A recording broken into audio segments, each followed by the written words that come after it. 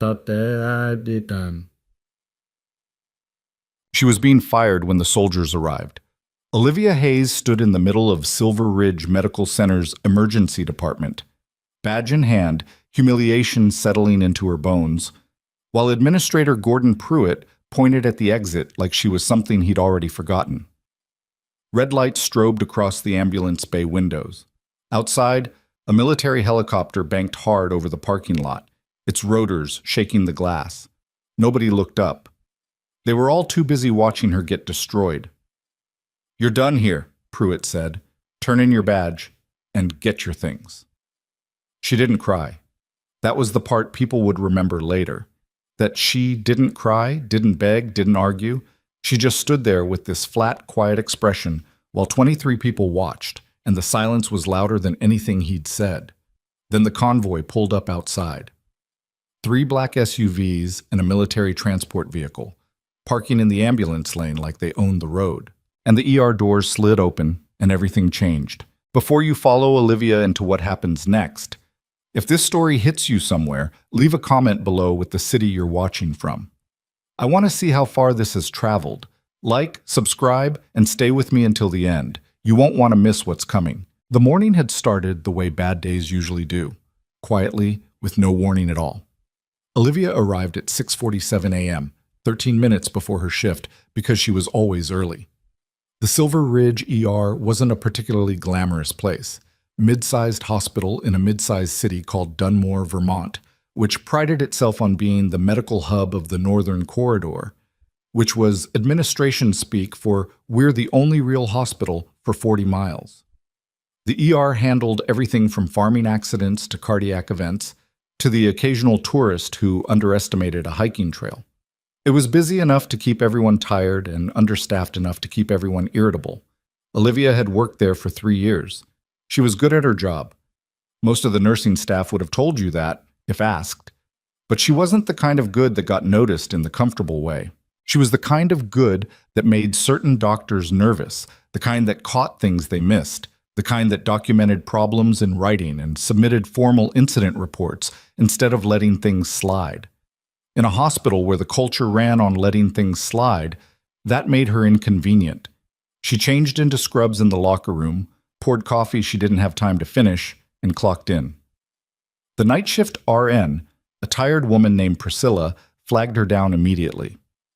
"Room 4 is escalating. Mr. Kellerman, 62, came in at 4 with chest pressure. Dr. Vance cleared him at 5:30, but his vitals aren't right and he's been restless for the last hour." What were his enzymes? Borderline. Vance called it musculoskeletal. Olivia looked at the chart on the wall-mounted tablet. She read the triage note, the vitals trend, the EKG strip Priscilla had uploaded. Something in her went still and focused the way it used to a long time ago, in places she didn't think about. "Get me a 12 lead," she said, "and call Dr. Vance back." Priscilla hesitated. "He's already left. Dr. Fowler has coverage." "Then get Fowler." She went into room 4.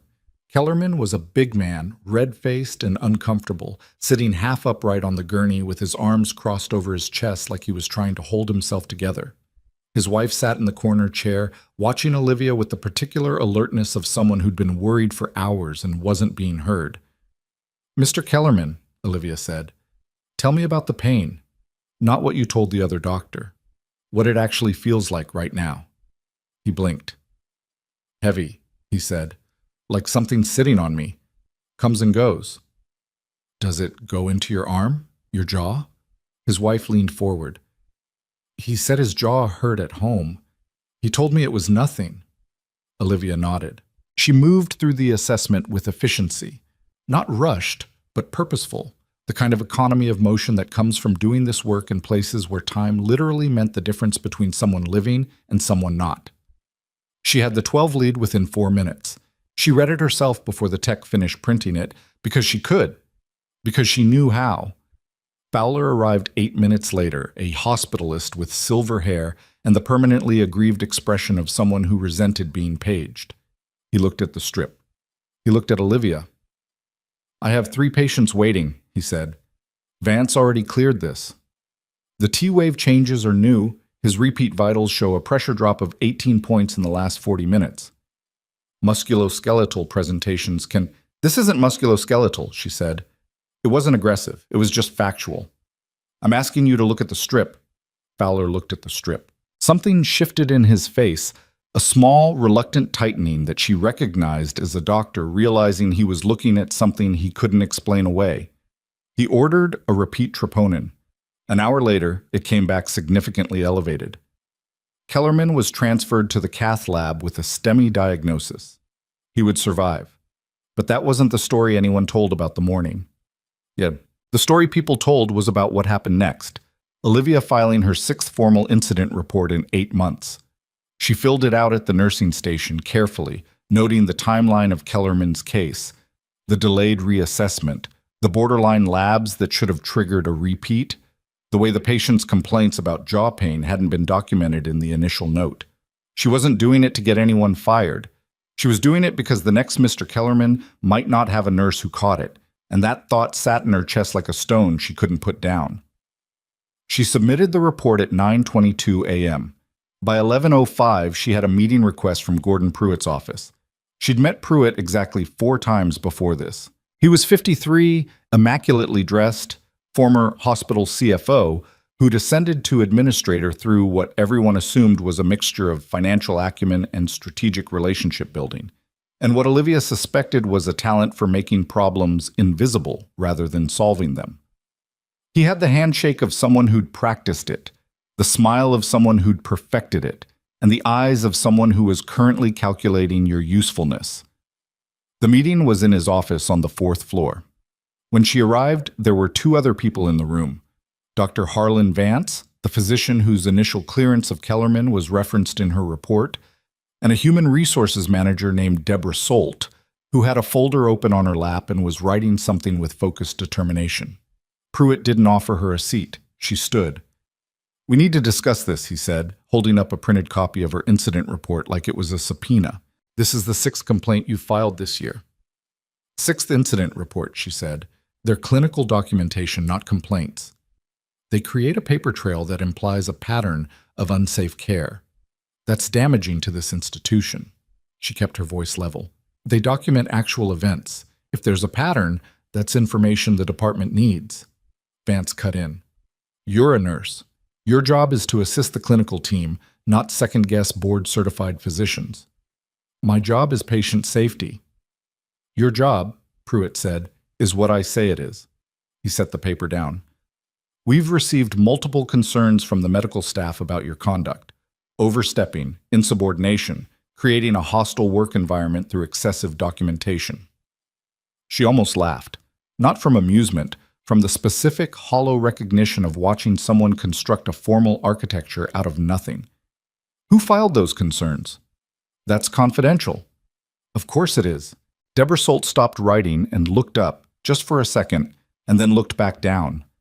That small hesitation, that tiny, involuntary pause, told Olivia something she filed away. The meeting lasted 11 more minutes. At the end, Pruitt informed her that pending an HR review, she was being placed on administrative leave effective immediately. She was to surrender her badge and ID at the front desk and not return to the unit. She surrendered her badge. She walked to the locker room. She packed her things into a canvas bag with the careful, methodical movements of someone who'd learned not to telegraph what they were feeling. She'd done it before. Not here. Not in this context, but in other places. Other moments that required you to hold yourself together in front of people watching for cracks. She was walking toward the exit when the overhead PA crackled. "Trauma team to the ER. Mass casualty incoming. All available staff to the emergency department. This is not a drill." Olivia stopped walking. Behind her, the doors to the trauma wing banged open as nurses and techs ran past. Someone shouted something about 12 patients, about blast injuries, about the military convoy pulling into the ambulance bay right now. She stood there for a moment in the corridor with her canvas bag over her shoulder, the doors ahead leading out, the doors behind leading back. The PA was still repeating. A woman sprinted past her, nearly clipping her shoulder, a crash cart rattling at high speed. Olivia put the bag down against the wall. She went back. The scene she walked into was controlled chaos, which is the only kind that can actually be managed. The uncontrolled kind kills everyone. 8 gurneys were already in the ER, 2 more being wheeled through the bay doors. Soldiers in various states of injury, lacerations, burns, one man with a tourniquet on his left thigh that looked like it had been applied by someone who knew exactly what they were doing and then left him untended for too long. The staff was overwhelmed in the specific way you get when the volume suddenly exceeds what the space and personnel were designed for, and the senior resident on duty, a third year named Marcus Delp, was standing in the center of the floor with his hands on his head, turning in a slow circle like he was waiting for someone to tell him what to do. Olivia scanned the room in under 10 seconds. "Delp," she said, loud enough to cut through the noise. He turned. "Triage by mechanism and visible hemorrhage. Anyone with an active bleed goes to trauma 1 and 2. Burns to the north bays. Walking wounded to the corridor, you don't have room in here for them."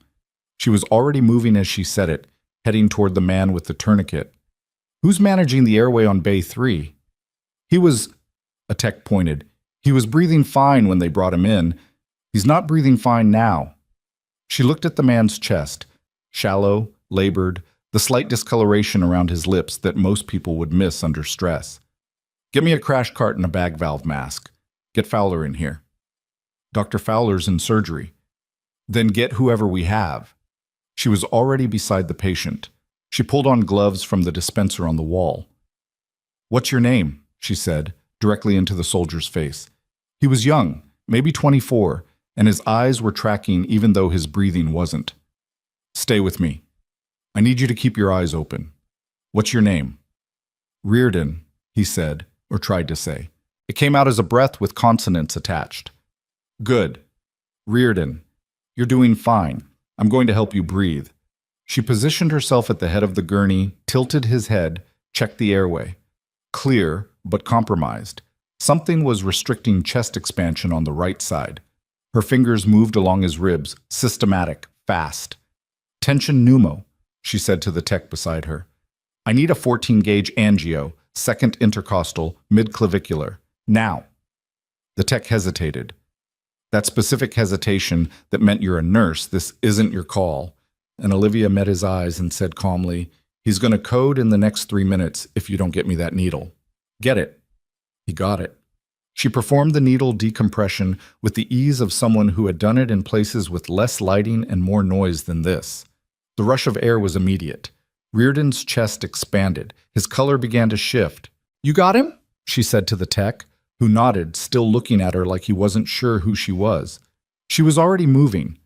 The room had 12 people in it doing 8 things, and she could see the logic of it, the way it needed to be rearranged, the bottlenecks. She'd seen rooms like this before. Not here, not in this hospital, but in the specific chaos of triage under fire, which operates on the same principles whether you're in a forward operating base or a Vermont emergency room. She moved through the bay, calling orders, redirecting staff, pulling the walking wounded out of bed spaces to free up the monitored positions for the critical patients. A nurse named Darla, one of the senior day shift nurses who'd been watching Olivia's corner of the floor for 3 years, fell into step beside her without being asked and began executing each instruction with the efficiency of someone who trusted the source. "Darla," Olivia said, pausing at a patient with burns on his forearms and chest. "His fluids, Parkland formula. Based on body weight, I need the number in the next 4 minutes. Who else do we have that can calculate?" "I can do it," Darla said. "What's his weight?" "Bag has it. 81 kilos. Darla was already working the numbers on a tablet. The burn patient grabbed Olivia's wrist. He was awake, conscious, eyes clear despite the pain. A bigger man, early 30s, jaw set with the particular determination of someone trained not to show weakness. His grip was strong. "The guy they brought in with me," he said. "Travis." "Where is he?" "Which one?" "Sergeant Whitmore. He was ahead of me on the transport." She looked across the room. Whitmore, the man with the thigh tourniquet, was now in trauma 2 with a resident working on him. She watched for 2 seconds. The resident was competent. He had it. "He's being treated," she said. "You need to let go of my wrist so I can keep helping people." The burn patient let go. She was near the corridor entrance when she heard Pruitt's voice. He'd appeared from somewhere, from the administrative wing, probably, alerted to the situation by whoever was supposed to alert him, and he was moving through the edge of the ER floor with the posture of someone who intended to assert control over something that was currently operating without him. He saw her. "Hayes," he stopped. "What are you doing here? You were on administrative leave." "We have 12 mass casualty patients," she said. "Your ER has 2 attending physicians available and 4 nurses on this shift. I'm helping." "You're not authorized to be in this department." She looked at him for exactly 1 second. "Are you going to stop me?" He opened his mouth, closed it. The room around them was operating at a level of intensity that made his administrative authority look, in this specific moment, like a piece of paper in the rain. "This isn't over," he said. "I know," she said, and went back to work. But for 45 minutes, the ER held together through a combination of competence, improvisation, and whatever unnamed thing keeps emergency workers moving when the room is full of people who might stop breathing. Olivia moved through it like she was built for exactly this, not heroically, not without mistakes, because she nearly missed the abdominal bleed on the 4th patient who'd been triaged as a lower priority contusion case, and she had to backtrack and correct it, burning 7 minutes she didn't entirely have, and she was aware of every minute. She caught it. That was the point. 2 of the soldiers were in critical condition and went to the OR. 7 had been stabilized and were being monitored. 3 walking wounded had been assessed and were waiting on imaging. The man she decompressed, Reardon, was breathing on his own with supplemental oxygen and had at some point in the last 20 minutes reached out and gripped the bed rail with both hands, like he needed to hold on to something solid. Olivia was updating a chart at the nursing station when she noticed the ER go quiet. Not completely quiet. There was still equipment noise, still the low voices of staff and patients. But a particular quality of silence fell over the room, the kind that happens when a presence enters that reorganizes the social gravity. She looked up. A man in uniform stood at the entrance to the trauma bay. He was about 55, maybe 60, with the posture of someone who'd spent decades in spaces where posture communicated rank, even when insignia didn't. He wore the insignia. A colonel's eagle, a green beret tab, a chest covered in ribbons she could read if she wanted to. She didn't look at them. She looked at his face because that was where she recognized him. He was looking at her. Colonel Raymond Briggs had not changed as much as she'd expected. The gray at his temples had spread. The lines around his mouth were deeper, but the eyes were exactly the same, sharp, assessing, the eyes of a man who processed a room in one sweep and knew immediately who mattered. He swept the room once. His gaze came back to her. He crossed the floor with measured steps. Around them, the ER staff was watching in that peripheral, pretending not to watch way people do when they sense something happening that they don't understand. Briggs stopped in front of her. For a moment, neither of them spoke. 3 years of a quiet life in Dunmore, Vermont sat between them like something fragile. "Captain Hayes," he said. His voice was low, even. The words landed in the room and sat there. "I thought you retired." Every person within earshot went completely still. Olivia held his gaze. Her expression didn't change. "I did." "Apparently," he said, glancing around the bay at the work she'd clearly been doing, "retirement didn't take." Somewhere behind her she heard Gordon Pruitt say, quietly, "Captain?" "Ta." She was still holding the chart tablet when Pruitt stepped forward. His voice had changed. The administrative certainty had drained out of it, leaving something more careful, more calculating. "Colonel, I'm Gordon Pruitt, hospital administrator. Whatever this woman has told you—" "I haven't told him anything," Olivia said. "We haven't spoken in 3 years." Briggs turned to look at Pruitt with the unhurried attention of a man who outranked him in every way that mattered and knew it. "I'm here for my soldiers," Briggs said. 12 men. Can you tell me their status?" Pruitt faltered. The medical team is handling the situation. I'd like to speak to whoever ran the trauma response." Briggs looked around the room, his gaze moving across the residents and nurses, reading the room the way he was trained to. His eyes came back to Olivia. "Who coordinated triage?" There was a pause. Darla, at the nursing station, said quietly but clearly, "She did." Pruitt's face went through several adjustments in rapid succession, the recognition of what was being established in front of him, the realization that he had suspended this woman 20 minutes ago and she had just saved at least 2 of the colonel's soldiers, and the specific horror of understanding that there was now a military officer in his emergency room who was about to find out. Briggs looked at Olivia again. There was something in his expression she couldn't entirely read, something between recognition and something older. "Walk me through the patients," he said. "I'm not officially on staff right now," she said. There was no bitterness in it. It was just information. "She was suspended," Pruitt said quickly. "Pending investigation. She wasn't authorized." "She was suspended," Briggs repeated slowly. He said it the way a person might say the building is on fire, not as a judgment, just as something that needed to be verified before proceeding. He looked at Olivia. "And you came back anyway?" She didn't answer. She looked at Reardon and Bay 2, whose chest was rising and falling evenly, and then she looked at the colonel, and she said nothing, because nothing was the only honest answer. Briggs turned to face Pruitt fully. Pruitt, to his credit, held eye contact for about 4 seconds before looking somewhere near the colonel's left shoulder instead. "I'll need all documentation related to today's response," Briggs said. "Who authorized what? Who was present? What orders were given?" He paused. "And I'll need the personnel file for Captain Hayes." "She's a civilian employee." "She is," Briggs said, "but the Army still has an interest in her, as it turns out." Outside the ER windows, the helicopter that had been circling was finally landing in the far parking lot, its lights cutting through the gray afternoon sky. The sound of the rotors carried through the glass like distant thunder. Olivia looked at her hands. The gloves were still on.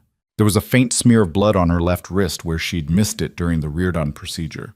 Not much, just a trace, the color already browning at the edges. Pruitt's voice came from somewhere to her right. "Colonel, I want to be clear. There were serious concerns raised about this employee's conduct prior to today." "I'm sure there were," Briggs said, and the flatness in his voice was the flatness of a man who had already begun forming a complete picture from partial information, and whose picture was not favorable to the person talking. Olivia peeled off the first glove, then the second. She set them on the edge of the nursing station. Whatever came next, whatever Pruitt had built, whatever file he'd assembled, whatever version of her he'd constructed to justify the last 8 months, it was about to collide with what Raymond Briggs already knew. And what he knew was the version of her she'd spent 3 years trying to quietly put away. She looked at the chart still in her hand. Reardon's chart. She finished entering the final notes, time of intervention, method, response, and signed it with her nursing credentials and the timestamp. She handed it to Darla. "Make sure that stays in the record," she said. Darla took it. She nodded, once, like she understood exactly what Olivia meant, and why. The chart went into the record at 2:47 p.m., and for about 90 seconds after that, the ER operated in the particular stillness that follows a crisis. Not calm, exactly, but the absence of the specific noise that crisis makes. Monitors beeped. Someone down the hall coughed. A tech wheeled an empty gurney past the nursing station with a metallic squeak that nobody bothered to look up at. Then Pruitt said, "I want her out of this department," and the stillness broke. He wasn't looking at Olivia when he said it. He was looking at Briggs, which was the tell, addressing the colonel directly, trying to reframe the situation as one that Briggs had the authority to resolve, trying to make himself the reasonable party managing an irregular circumstance. It was a good instinct, politically. It was just aimed at the wrong man. Briggs turned his head toward Pruitt with the kind of patience that has nothing to do with being patient. "Mr. Pruitt," he said, "I have 2 soldiers in your operating rooms and 7 more in your trauma bays. What I need from you right now is a conference room and a contact number for your legal department." A conference room. Legal, medical records, and the incident reports from this afternoon. I'll need them within the hour. Briggs looked at him the way you look at something you're trying to measure. "Can you arrange that?" Pruitt arranged it. He didn't have another option, and whatever calculation was running behind his eyes, he was smart enough to see that. He took out his phone as he walked away, already making calls, Already beginning whatever management of the situation he thought he could still manage. Olivia watched him go. Beside her, Briggs said, quietly enough that it wasn't a general announcement, "You look like you haven't slept in a week." "I slept fine," she said. "Yesterday." Something shifted at the corner of his mouth. Not quite a smile. Briggs didn't smile easily. She remembered that about him. More like an acknowledgement. "We need to talk," he said. "I know." "Not here." She looked around the bay. Darla was managing the nursing station with the focused efficiency of someone who'd decided to be very busy and very focused and definitely not listening. The residents were occupied with patients. The two soldiers nearest to them, one conscious, one sedated, were being monitored by a tech who was documenting vitals with the deliberate attention of someone being paid to look at a screen. "There's a family consultation room at the end of the east corridor," Olivia said. "It's usually empty on weekdays until 4. He nodded. 10 minutes. He went to check on his soldiers first. She watched him move through the bay, stopping at each bed, making brief contact, saying something short to each man. The ones who were conscious responded with the particular straightening that soldiers do when command is present, even when they're lying in hospital beds with IVs in their arms. There was one, the burn patient who'd grabbed her wrist, who caught Briggs's hand when the colonel reached him and held it for a moment before letting go. Briggs didn't make anything of it. He just stood there until the man released him. Olivia turned away from that and went to get her canvas bag from the corridor where she'd left it.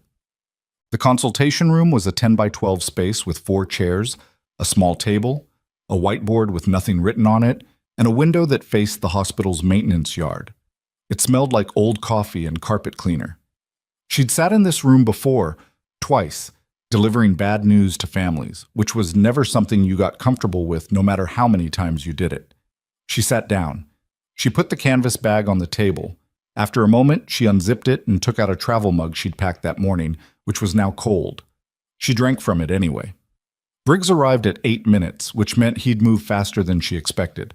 He came in, shut the door, looked at the 4 chairs like he was considering which one said the right thing, and then sat across from her. He didn't open with small talk. He never had. "The training exercise that put my men in your ER," he said. "It was a controlled demolitions drill that went wrong.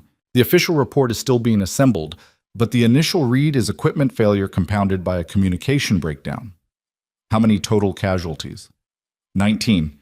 "Your 12 were the most critical. The remaining 7 were treated on site." She absorbed this. "What was the exercise, if you can say?" "Mock breach and extraction scenario, standard. Nothing that should have produced blast injuries at that scale." He paused. "The charges used were significantly overloaded. Someone got the specs wrong and nobody caught it before detonation." She set the travel mug down. "That's not an equipment failure. That's a procedural failure." "I know what it is," he said. "That's why I'm here instead of someone else." He looked at her for a moment. "Reardon, the kid in Bay 2. Tension pneumothorax. He needed immediate decompression. The report the transport team filed says he was breathing adequately when they loaded him." "He wasn't breathing adequately when he arrived," she said. "By the time he got here, he had maybe 4 minutes." Briggs was quiet for a moment. The resident who first assessed him, Delp, flagged him as a priority too. Delp was managing 11 other patients. He made a fast call on incomplete information. It happens. She wasn't defending Delp out of loyalty. She didn't know Delp well. She was defending him because what she'd just said was accurate. "I had 30 seconds with Reardon before I saw what was wrong. It wasn't obvious." "But you saw it." She didn't answer that. Briggs leaned back slightly. The chair creaked. He looked at the whiteboard with the nothing written on it. "You've been here 3 years," he said. It wasn't quite a question. 3 years in March. "And this administrator, Pruitt, he put you on administrative leave this morning." "He did?" "Before the casualties came in." "About 40 minutes before." Briggs processed this without visible reaction, which was itself a reaction. What was the stated reason? She told him. She was concise about it. The incident reports, the Kellerman case, the meeting with Pruitt and Vance and Solt. She didn't editorialize. She laid out the sequence of events the way she would have written an after-action report, which was the only way she knew how to talk about things like this. When she finished, he said, 6 incident reports in 8 months. Yes. What were they about? Medication charting discrepancies, 2 near-miss adverse events, equipment maintenance delays, 1 case of documentation that didn't match the clinical timeline. She picked up the travel mug again, looked at it, put it back down. And the Kellerman STEMI this morning? All clinical? All clinical. He looked at her. There was something in the look she'd learned to read a long time ago. The expression of a man assembling a structure from pieces and not liking the shape it was taking. The first 4 reports, he said. What happened to them? The hospital acknowledged receipt. I was told they were reviewed by the quality committee. I never received formal feedback on any of them. And the 5th? She hesitated, just briefly. I received informal feedback. Dr. Vance pulled me aside after a shift and told me I was developing a reputation for being difficult. He said the quality committee found no actionable concerns in any of my submissions. Did he put that in writing? No. Briggs nodded once. Okay, he said, in the tone that meant he was cataloging something, not closing it. There was a knock at the door. Both of them looked at it. Briggs said, "Come," with the reflex of someone who'd spent 30 years in rooms where that word carried weight. The door opened. It was Darla, which was a surprise.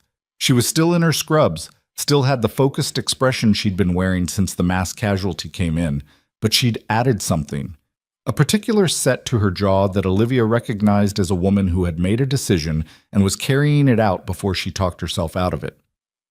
Sorry to interrupt, Darla said, looking at Olivia rather than Briggs.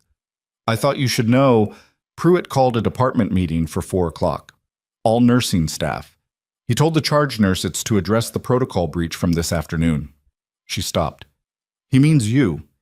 He's already telling people you violated your suspension by re-entering the department. Is that what he's calling it? Olivia said. He used the phrase endangering patient safety, Darla said. I heard him say it in the hallway. Briggs made a very quiet sound that was not quite a word. Darla looked at him for the first time with the careful attention of someone recalibrating the situation. Thank you, Olivia said. Darla left. The door clicked shut. Briggs said, He's going to try to get ahead of it. Yes. Which means he's already decided you're the story he wants people to be talking about. I'm easier to talk about than 12 injured soldiers, she said. There was a silence. Outside the window, someone in the maintenance yard was moving something heavy across asphalt, a rhythmic scraping that came and went. Olivia, Briggs said, and his use of her first name was itself a kind of register shift, something she felt before she processed it. I need you to understand what's about to happen here. Tell me. When a military training incident produces mass casualties, there's a mandatory inquiry. Not optional, not informal, mandatory. JAG gets involved. Medical oversight reviews the casualty care. Everything gets documented. He looked at her directly. That documentation is going to include the events in that ER this afternoon. All of them. She understood what he was saying. Including my suspension. Including your suspension, your incident reports, the timeline of the mass casualty response, and who did what and when. He let that sit for a moment. You're going to be in the record, Olivia, whether you want to be or not. I'm aware. Are you prepared for what that means? Because Pruitt is going to push back. He has a 4 o'clock meeting where he's already framing the narrative. He has an HR file. He probably has statements from physicians who've been irritated by your reports. He wasn't saying this to discourage her. She could hear the difference. He was saying it because he'd spent decades in environments where you did not walk into an inquiry without understanding the terrain. You're going to need documentation of your own. I have copies of everything I submitted, she said.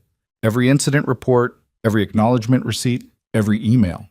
He looked at her. Of course you do. It wasn't admiration exactly. It was more like recognition.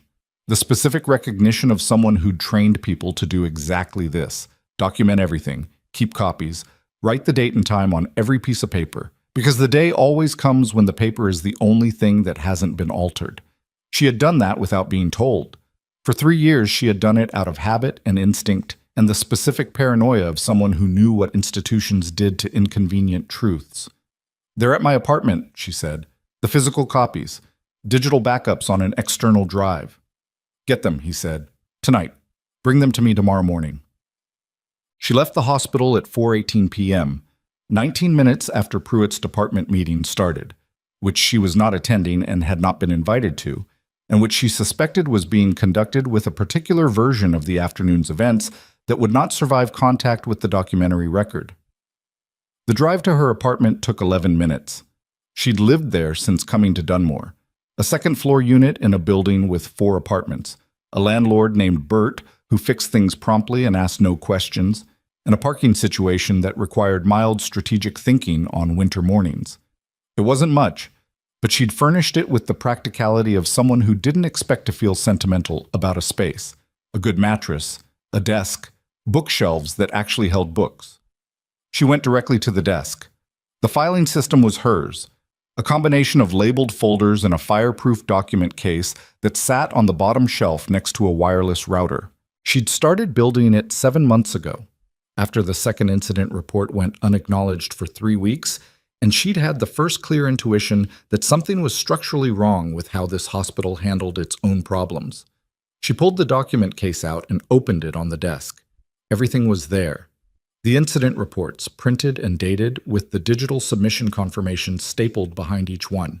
The emails, 19 of them, covering the period from January through this week, between herself and the quality department, between herself and her direct supervisor, one from herself to Pruitt's office 3 months ago, requesting a formal meeting about the pattern she was observing in the unaddressed reports.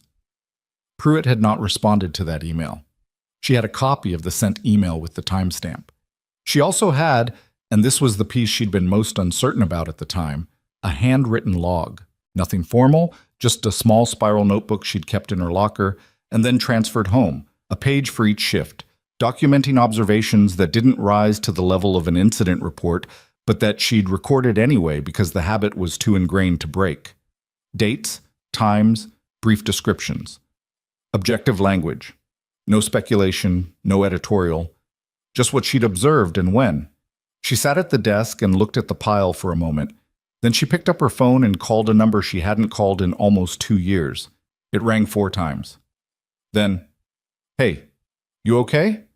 The voice belonged to a woman named Serena Galloway, who had been Olivia's closest friend during the 4 years they'd served together, and who now worked as a paralegal in Burlington, which was 40 minutes south of Dunmore and might as well have been another planet for how rarely they talked. "No," Olivia said. "I don't think I am." There was a brief pause that wasn't silence. Olivia could hear Serena shifting position, the environmental sounds of wherever she was changing. "Tell me." So she did. It took 13 minutes. She told it the same way she'd told Briggs, without editorializing, but to Serena she added the things she'd left out of the version for the Colonel. The way she'd felt when Pruitt told her to turn in her badge, the specific quality of the silence in that room, the way she'd stood in the corridor with her bag and heard the PA and put the bag down, the expression on Reardon's face when his breathing evened out. When she finished, Serena said, "Raymond Briggs is actually there." He walked into the ER. Of all the mass casualty events in all the hospitals in all the state of Vermont. "I know. Do you want me to come up?" Olivia looked at the document case on her desk. "Not tonight, maybe this week." "Tell me what you need." "Right now I need to scan everything in this folder and get it into cloud storage before anyone decides to contest what's in the paper record." "Can I say something?" "Go ahead." "You've been sitting on this for 8 months, Serena said. You've been submitting reports and keeping logs and making copies and not saying a word to anyone who could have actually helped you. And I understand why. You know better than most people what happens when you make noise. But Livy," the old nickname, no one else called her that, "this isn't a forward operating base. You didn't have to handle this alone." Olivia didn't answer immediately.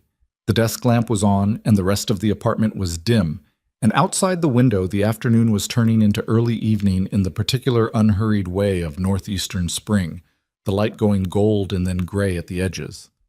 "I know," she said finally. "Do you? I'm calling you now, aren't I?" Serena made a sound that was half laugh, half exasperated exhale. "Scan everything, back it up twice, and call me tomorrow." She spent 2 hours scanning. The hospital's situation was still actively unfolding. She knew that without being there. She could feel it the way you feel weather changing, the specific pressure shift that comes before something breaks. Her phone buzzed 3 times during the 2 hours. Once from a number she didn't recognize, probably the hospital, probably Pruitt's office, or HR making some kind of formal contact. Once from a colleague, a nurse named Felix, who texted simply, "Heard what happened. This is wrong." And once from a number she recognized immediately because she'd had it saved for 3 years without ever using it. Dr. Harlan Vance. Vance's text said, "I need to speak with you. This has gone further than I intended." She read it twice, set the phone face down, finished scanning. She thought about Vance while she worked. Not with particular anger, but with the attention you give to something complicated. Vance was a competent physician who had, over 8 months, evolved from mildly irritated by her documentation practices to actively hostile, and the evolution had followed the same arc as Pruitt's investment in framing her as a problem. Vance had the Kellerman case on his record now, a STEMI he'd initially cleared as musculoskeletal, caught by a nurse he'd been trying to marginalize. That was a professional problem. She understood that. Understanding it didn't change what he'd done, but it gave her enough context to read his text as something other than simple bad faith. Further than I intended. That phrase.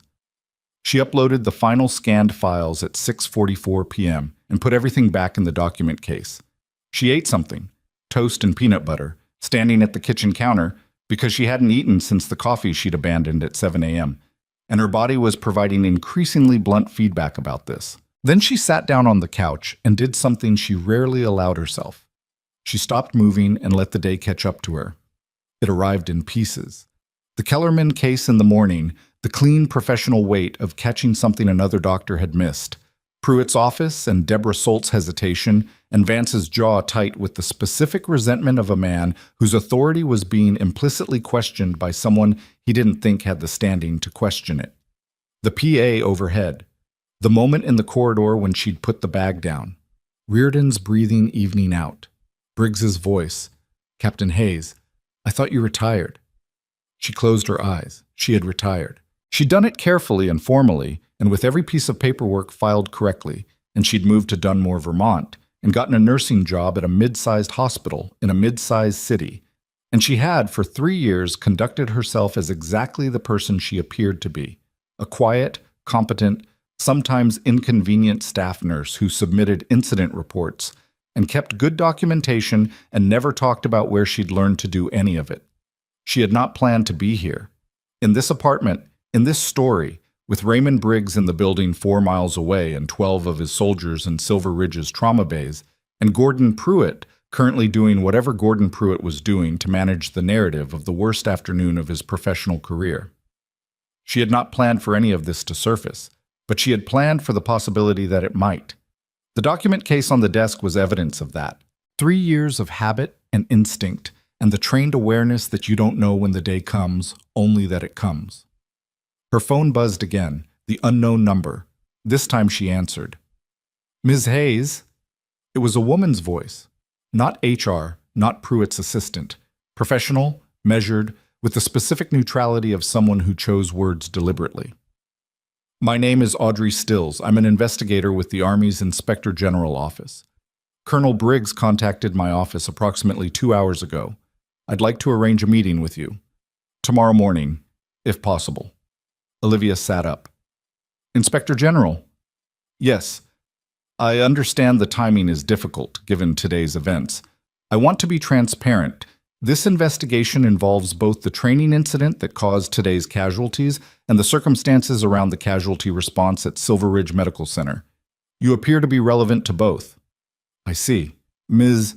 Hayes, or Captain Hayes, whichever you prefer, I want to make something clear before we go further." Stills paused for exactly the right length of time, the pause of someone who'd made this kind of call before. "You have the right to have legal counsel present at any interview. I'm not here to blindside you, but I also want you to know that what you did today saved at least 2 of those men, possibly 3, and that is part of the record regardless of what else gets sorted out." Olivia said nothing for a moment.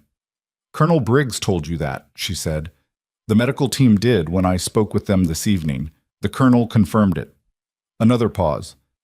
Are you available tomorrow morning? Yes. 8 o'clock. I'll send you an address. Still's voice shifted slightly, not less professional, but less formal. Get some sleep if you can, Captain. Tomorrow's going to be a long day. The call ended. Olivia set the phone on the couch cushion beside her and looked at the wall across the room, which had a framed map of Vermont on it that she'd bought at a garage sale and hung because it helped her feel like she knew where she was. She was thinking about Stills's phrasing, what else gets sorted out? The particular careful architecture of that sentence.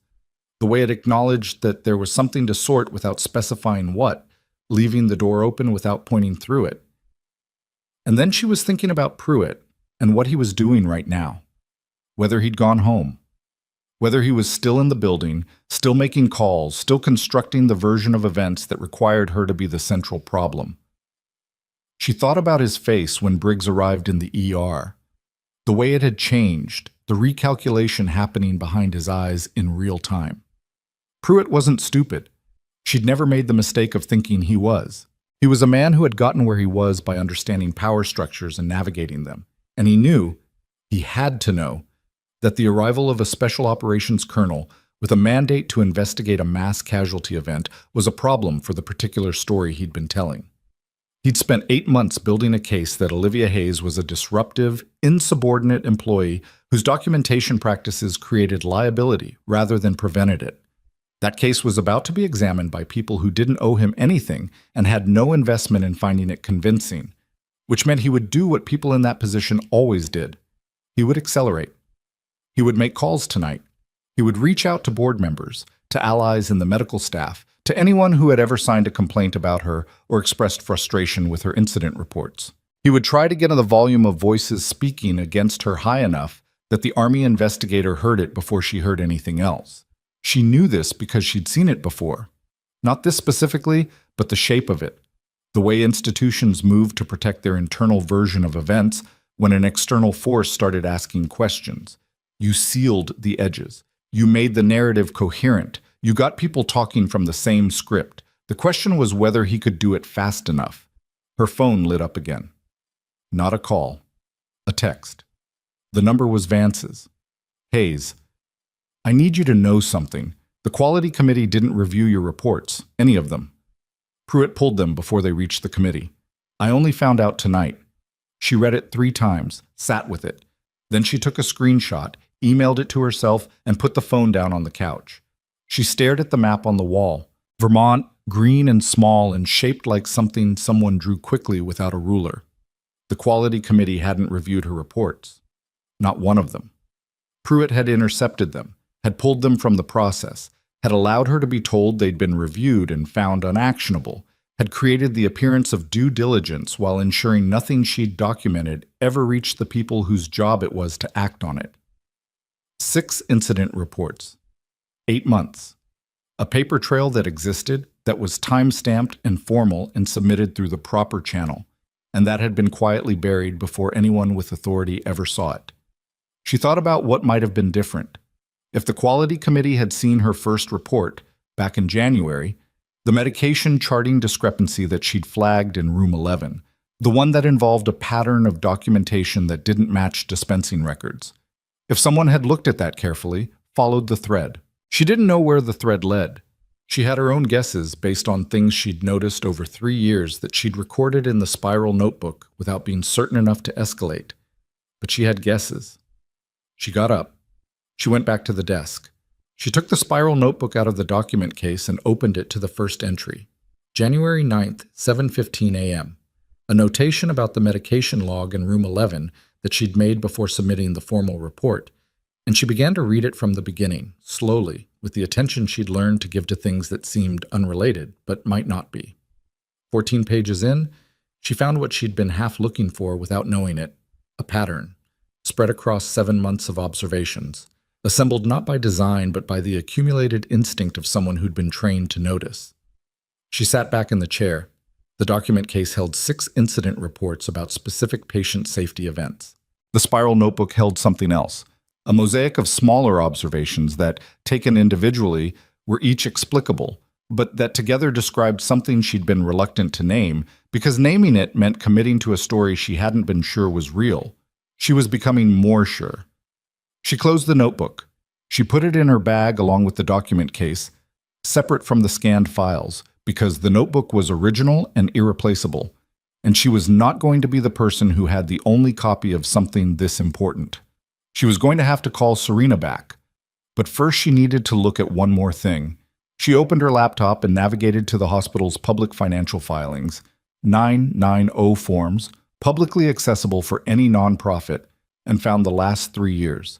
The numbers she was looking for took her 20 minutes to locate, cross-reference, and verify. They were there. She closed the laptop and sat in the quiet of her apartment for a moment, thinking about Pruitt in his office 8 months ago, looking at her first incident report, thinking about the decision he'd made when he saw it, what it had told him, what he'd understood immediately that she hadn't yet, that the thing she'd documented in room 11 was the edge of something he could not afford to have examined. She'd been a problem before she knew she was a problem. She'd started pulling the thread before she knew there was a thread. Outside, the last of the daylight had finally gone. The apartment was quiet. The document case was in her bag. The spiral notebook was in her bag. The screenshot of Vance's text was in her email. The IG investigator was expecting her at 8 tomorrow morning.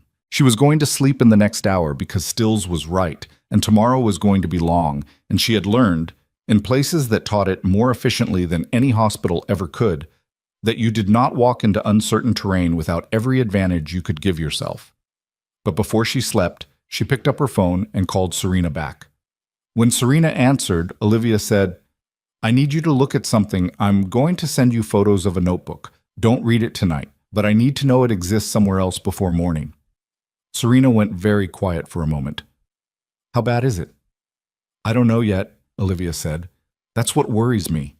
She was still talking when her laptop screen, which she'd left open on the hospital's financial filing page, lit up with a notification from a news alert she'd set 3 years ago and almost forgotten.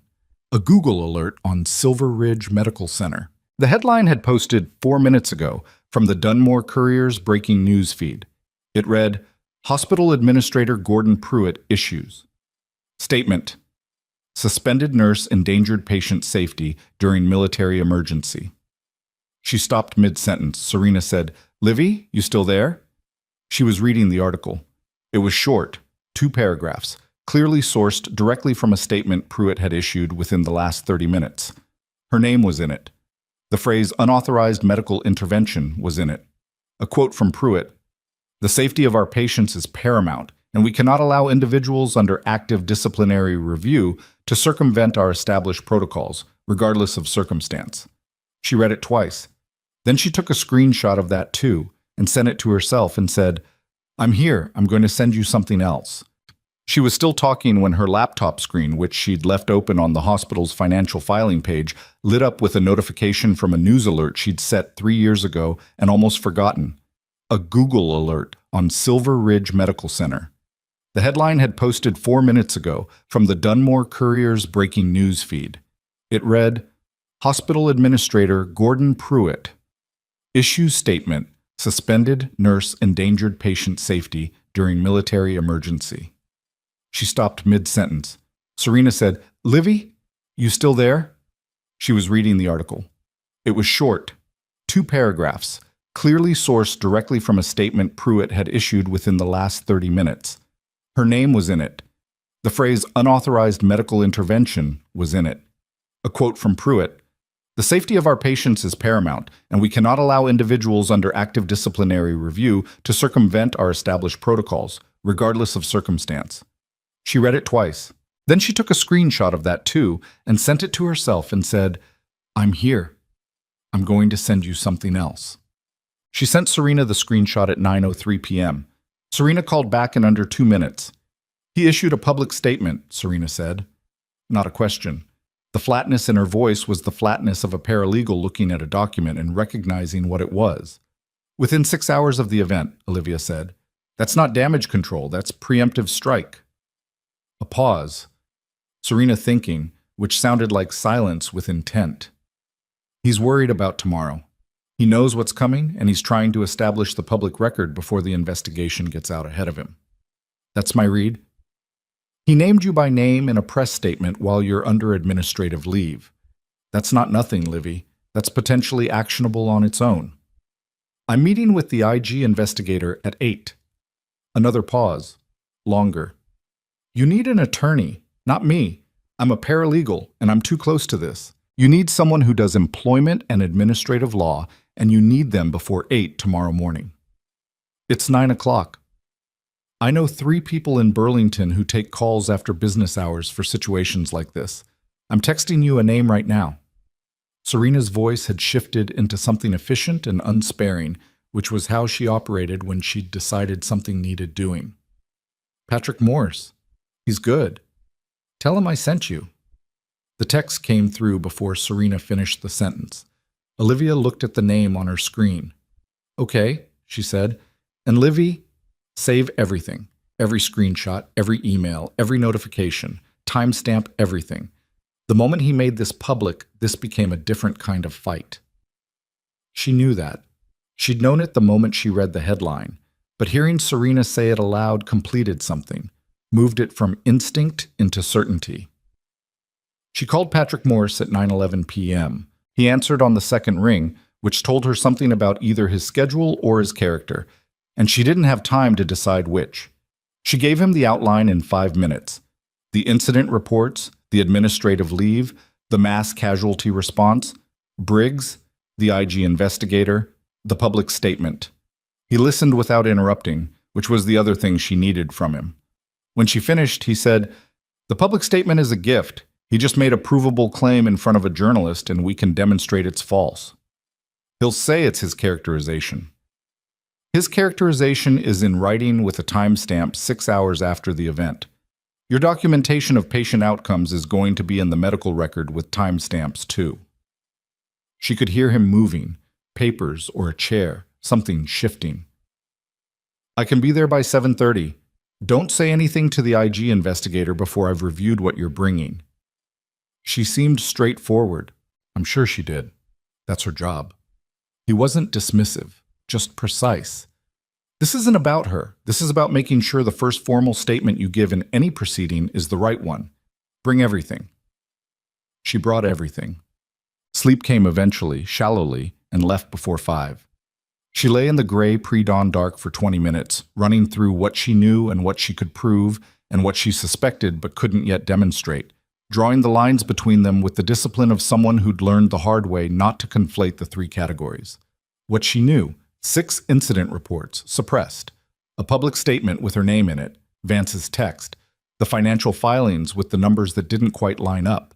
What she could prove: the incident reports existed and were time-stamped. The acknowledgement emails existed. Vance's text existed. The financial discrepancies were in public records. What she suspected: that the discrepancies in the medication documentation she'd noticed in January were connected to something larger than charting sloppiness. That Pruitt had recognized the thread she was pulling and had spent 8 months trying to discredit her before she could pull it far enough for someone else to see. That the quality committee had never seen a single one of her reports, because allowing the quality committee to see them would have initiated a review process Pruitt could not control. She got up at 5:15. She made coffee that she actually drank this time. She laid everything out on the kitchen table in the order she'd presented. Chronological, clean, with the Vance text and the financial screenshots flagged separately because they were the 2 pieces that didn't fit the standard narrative of a disgruntled employee filing complaints. Patrick Morse arrived at 7:22, 8 minutes early, which she respected. He was 40, compact, with the kind of attention in his eyes that made you feel assessed and not particularly bothered by it. He sat at her kitchen table and went through the documents in the same silence she'd used the night before. Methodical, page by page, occasionally making a brief note on the legal pad he'd brought. He got to the spiral notebook and stopped. "You kept a log." "Habit," she said. "How long have you been keeping it?" "Since January. The first report." He flipped through it slowly, reading the entries with the focused attention of a man building a structure. When he finished, he set it down and looked up at her. "This isn't just a safety log," he said. "No," she agreed. "The medication documentation patterns you noted, Rooms 11, 14, 22. 3 different patients, 3 different prescribing physicians, all with the same kind of discrepancy. Dispensing records not matching charting. He tapped the page. You know what this looks like. I have a theory. Tell me. She told him the theory. It took 4 minutes. When she finished, he was quiet for a moment, and then he said, If you're right, this isn't just about your job. This is a federal issue. I know. And Pruitt would have known, from the moment he read your first report, that if someone followed that thread, it led directly back to him. That's the conclusion I kept not wanting to reach, she said, because it meant everything that happened after was intentional, not reactive, not institutional inertia. Intentional. Morse looked at the spiral notebook again. We need to get this to the IG investigator this morning, with the financial filings, before anyone else tells her their version of what your reports were about. She nodded. They left for the address Stills had given her at 7:51 a.m. The meeting was in a federal building 12 miles from Silver Ridge, a nondescript office suite on the 3rd floor with the specific beige neutrality of spaces designed to communicate nothing about the power operating within them. Audrey Stills was younger than Olivia had expected from the voice, mid-30s, dark-suited, with a quality of stillness that suggested she was always the calmest person in whatever room she occupied. She had 2 colleagues with her, one from JAG, she identified him, and one she described only as technical without elaborating, which meant financial forensics, which meant Olivia was not the only one who'd been looking at the numbers. The meeting lasted 4 hours. Olivia had been in interrogations before, not as the subject, but as a witness in military proceedings, which meant she understood the structure. The first hour was scene setting, Stills establishing the factual timeline, Olivia confirming or clarifying, Morse occasionally interjecting when a question exceeded its apparent scope. The second hour was the incident reports, which Stills had clearly already obtained from the hospital record system and had questions about in the specific targeted way of someone who'd already noticed the same discrepancies Olivia had. The third hour was the spiral notebook. Stills read specific entries aloud and asked Olivia to provide context. The JAG officer made notes. The technical colleague, whose name was Farber, she finally introduced herself, asked 3 questions about the medication documentation pattern that were precise enough to confirm she'd been looking at the same thing from a different angle. The dispensing records, Farber said, her pen hovering over her own notebook. Did you have access to those in the course of your normal duties? Not directly. I could see patient charts and medication administration records. The dispensing records are pharmacy side. But you noticed the discrepancy from the chart side. The administration record showed medications being charted as given at times that didn't match what I'd observed clinically. I documented what I observed. On multiple occasions. 7 entries across 4 months, Olivia said. I flagged 3 in the incident reports. Farber wrote something. The other 4. Why weren't they in the formal reports? Olivia looked at her directly. Because I wasn't certain enough. The threshold for an incident report is a specific clinical concern. What I was seeing was a pattern, and patterns are harder to document formally without drawing a conclusion I hadn't verified. She paused. I was documenting it informally until I had enough to justify the conclusion. And do you have enough now? I have what I have, Olivia said. You have what you have. I'd rather not speculate beyond my own observations. Stills, who had been listening to this exchange with the focused neutrality of someone tracking multiple variables, looked up. Captain Hayes, the pattern you identified, does it suggest medication diversion to you? Diversion. The word sat in the room with the specific weight of an accusation that was also a question. Medication diversion. The systematic removal of controlled substances from a clinical supply chain for purposes other than patient care. It was a federal crime. It was also, when it occurred in a hospital setting, when it involved falsified documentation, when it involved someone in administrative authority suppressing the clinical reports that might expose it, something significantly more structured than a single bad actor. Morse put his hand briefly on her arm. She understood the signal. Be precise. Don't speculate beyond your evidence. The pattern is consistent with diversion, she said. I'm not in a position to say it's conclusive without access to the pharmacy records. Stills made a note. The technical colleague made a note. The JAG officer had stopped writing and was looking at Olivia with the alert steadiness of someone who'd just heard the exact thing they came to hear. The fourth hour was the public statement. Stills had a printed copy. She read the relevant passage aloud, individuals under active disciplinary review circumventing established protocols. And then she looked at Olivia with the careful attention of someone who was about to ask a question they already knew the answer to. Did your intervention in yesterday's mass casualty response endanger patient safety? No. Can you demonstrate that? The medical records from yesterday's response will demonstrate it, Olivia said. Timeline, interventions, outcomes, it's all documented. We've already requested those records, Stills said. I want you to know, before those records are fully processed, that the two soldiers who were most critically ill yesterday are both alive and stable this morning. One of them, Private Reardon, would not be if the decompression hadn't happened when it did. The transport team's documentation shows a 5-minute window. Olivia didn't respond to that.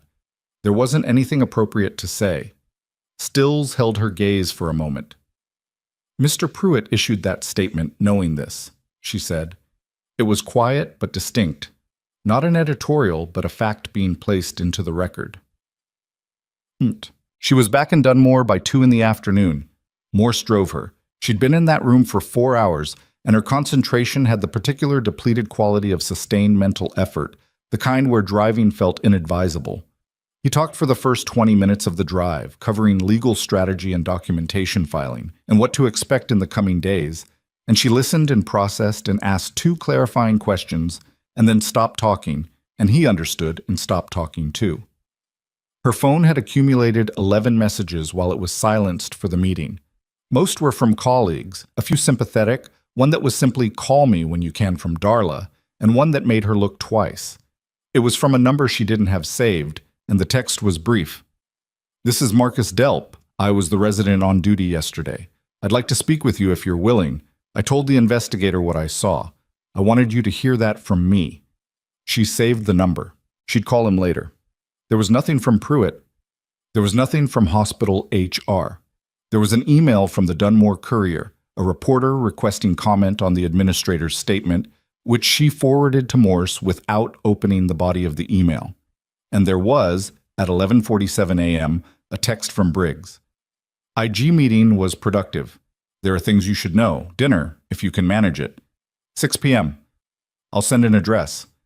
She texted back, yes. The address he sent was a restaurant 12 blocks from Silver Ridge. Not the hospital cafeteria, not a federal building, a regular restaurant, which told her the conversation was going to be off the formal record.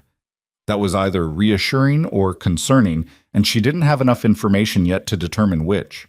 She went home, changed out of the clothes she'd been wearing for 36 hours, and drank water and ate the other half of last night's toast. Then she sat at the desk and opened the laptop and pulled up the Dunmore Courier's website. The story had grown. What had been 2 paragraphs last night was now a full article, and it had collected additional statements.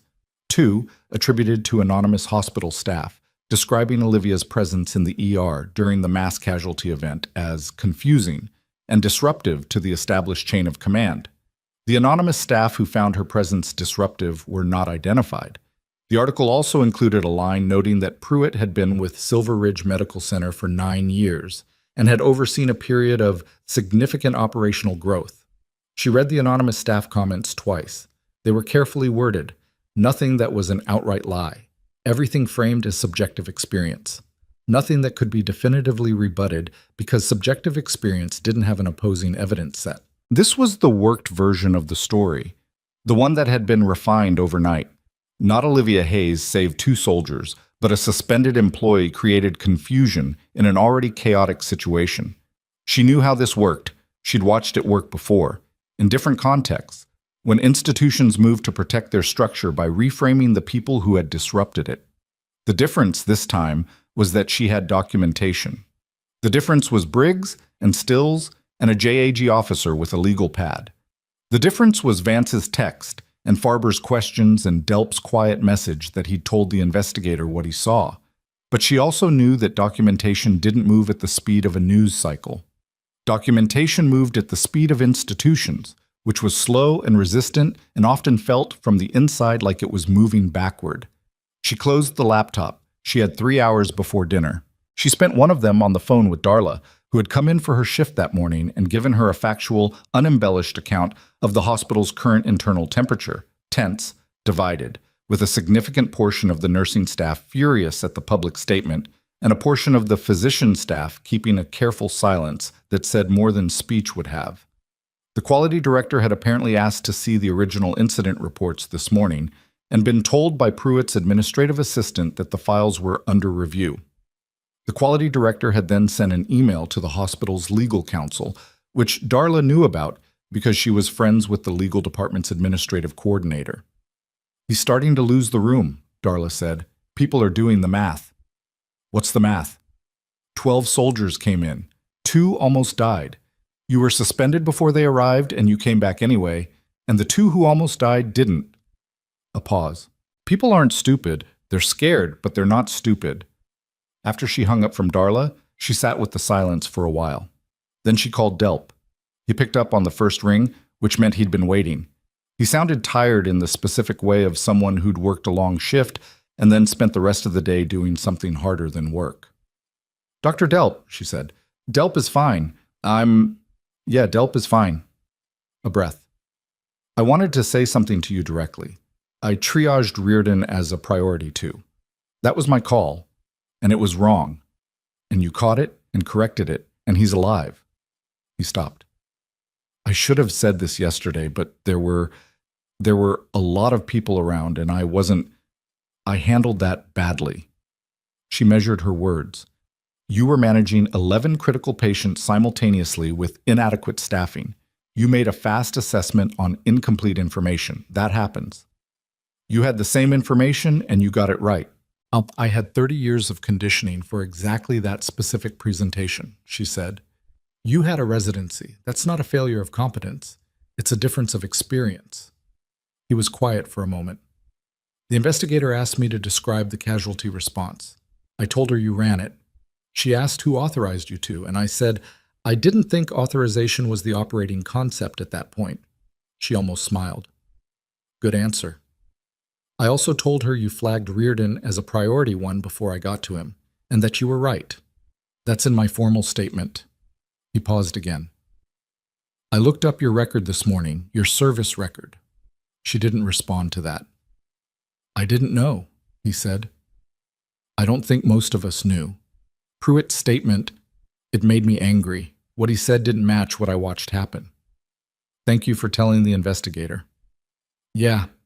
He sounded like he wanted to say something else and hadn't landed on the right words for it. "I hope it helps." It would.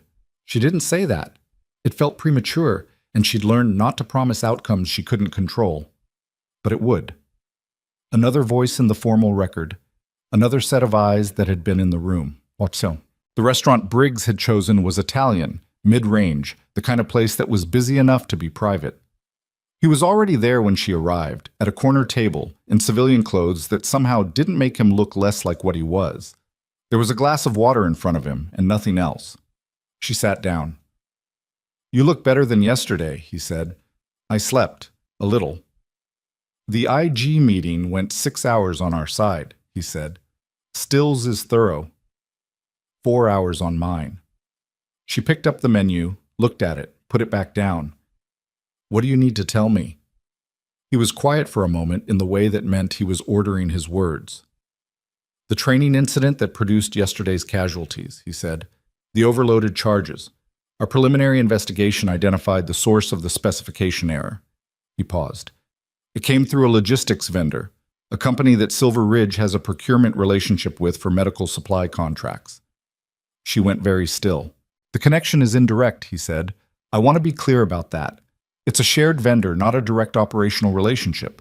But there is an overlap, and the IG is treating it as a thread that needs to be followed." "What kind of vendor?" "Medical supply and equipment. They also have a contract division that handles logistics for certain training facilities." He looked at her. "Their contract with Silver Ridge was processed through the hospital's administrative office, authorized by Pruitt."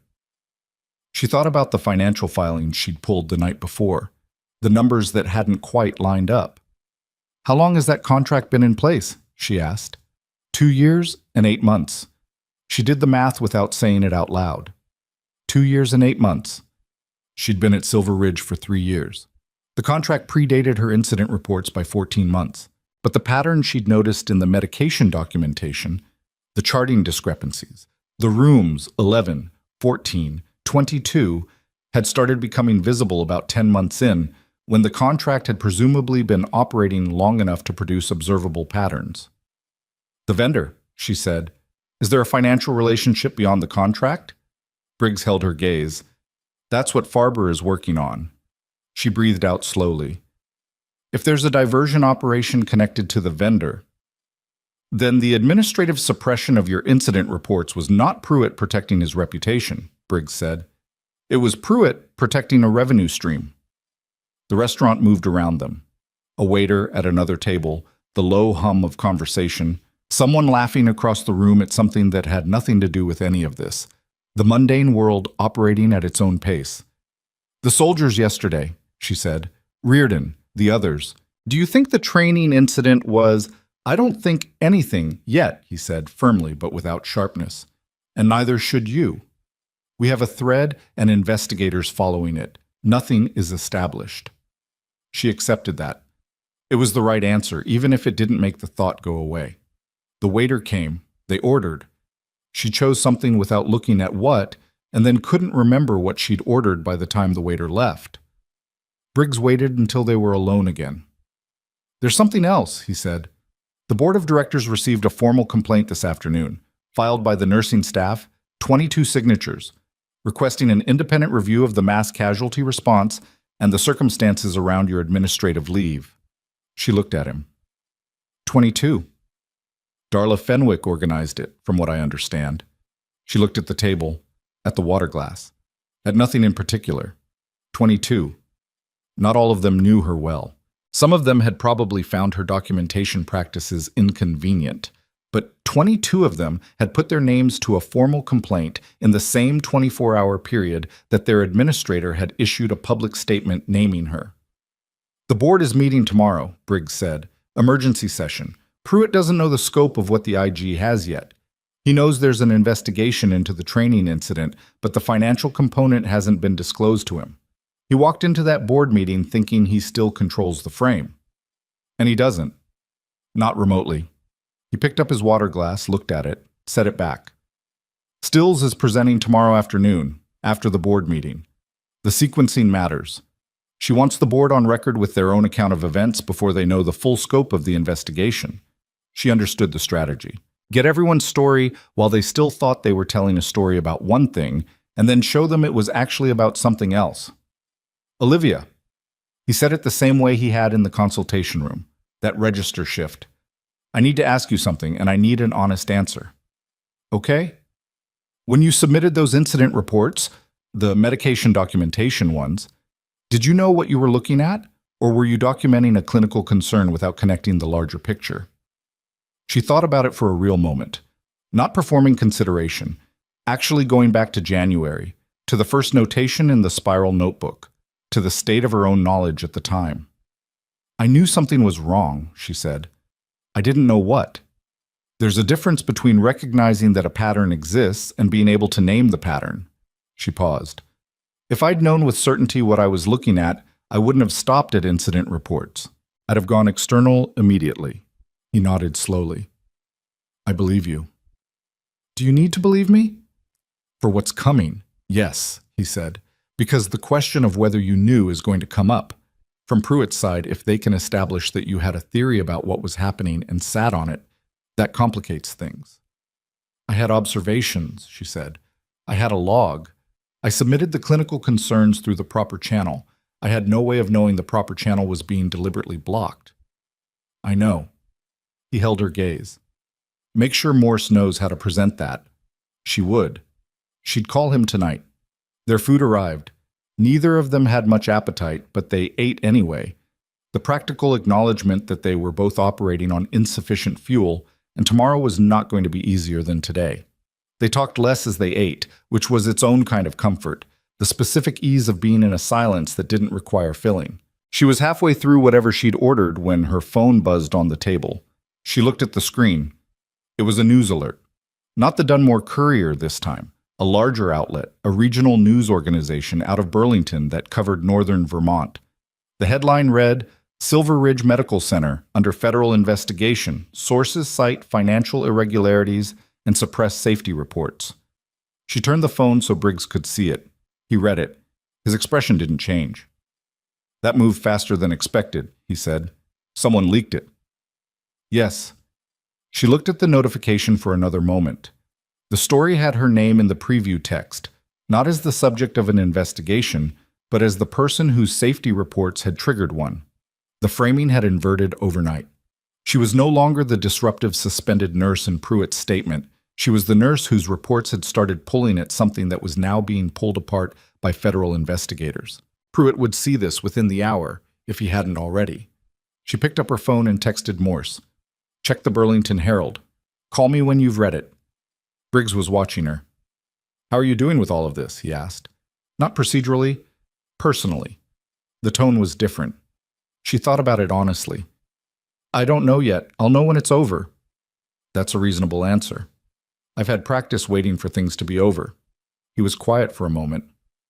You didn't have to stay, he said. Yesterday afternoon, in the ER. You could have picked up that bag and walked out, and none of this would have touched you. It would have been someone else's problem. She looked at him. Reardon would have coded. Possibly.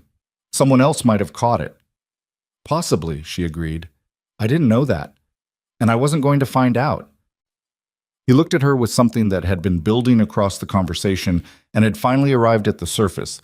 Not admiration, because Briggs expressed that too carefully to let it land without purpose. Something more like recognition. The specific recognition of one person who operates from a set of non-negotiable internal principles, looking at another person who operates the same way. No, he said. I didn't think you were. Her phone buzzed again. She looked at the screen. This one wasn't a news alert. It was a text from an unknown number, and it said only, I need to meet with you tonight. I have documentation you don't have. G. Pruitt.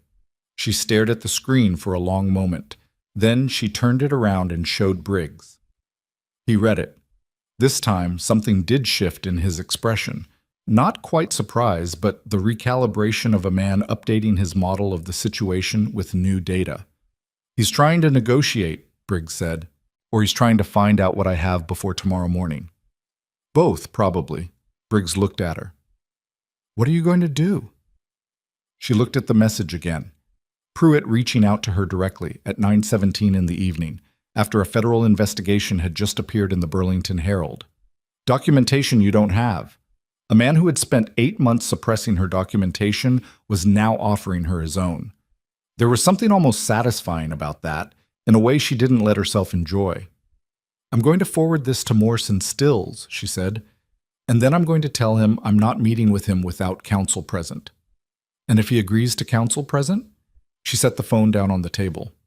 Outside the restaurant window, Dunmore's Main Street was quiet in the way of small cities late on a weeknight.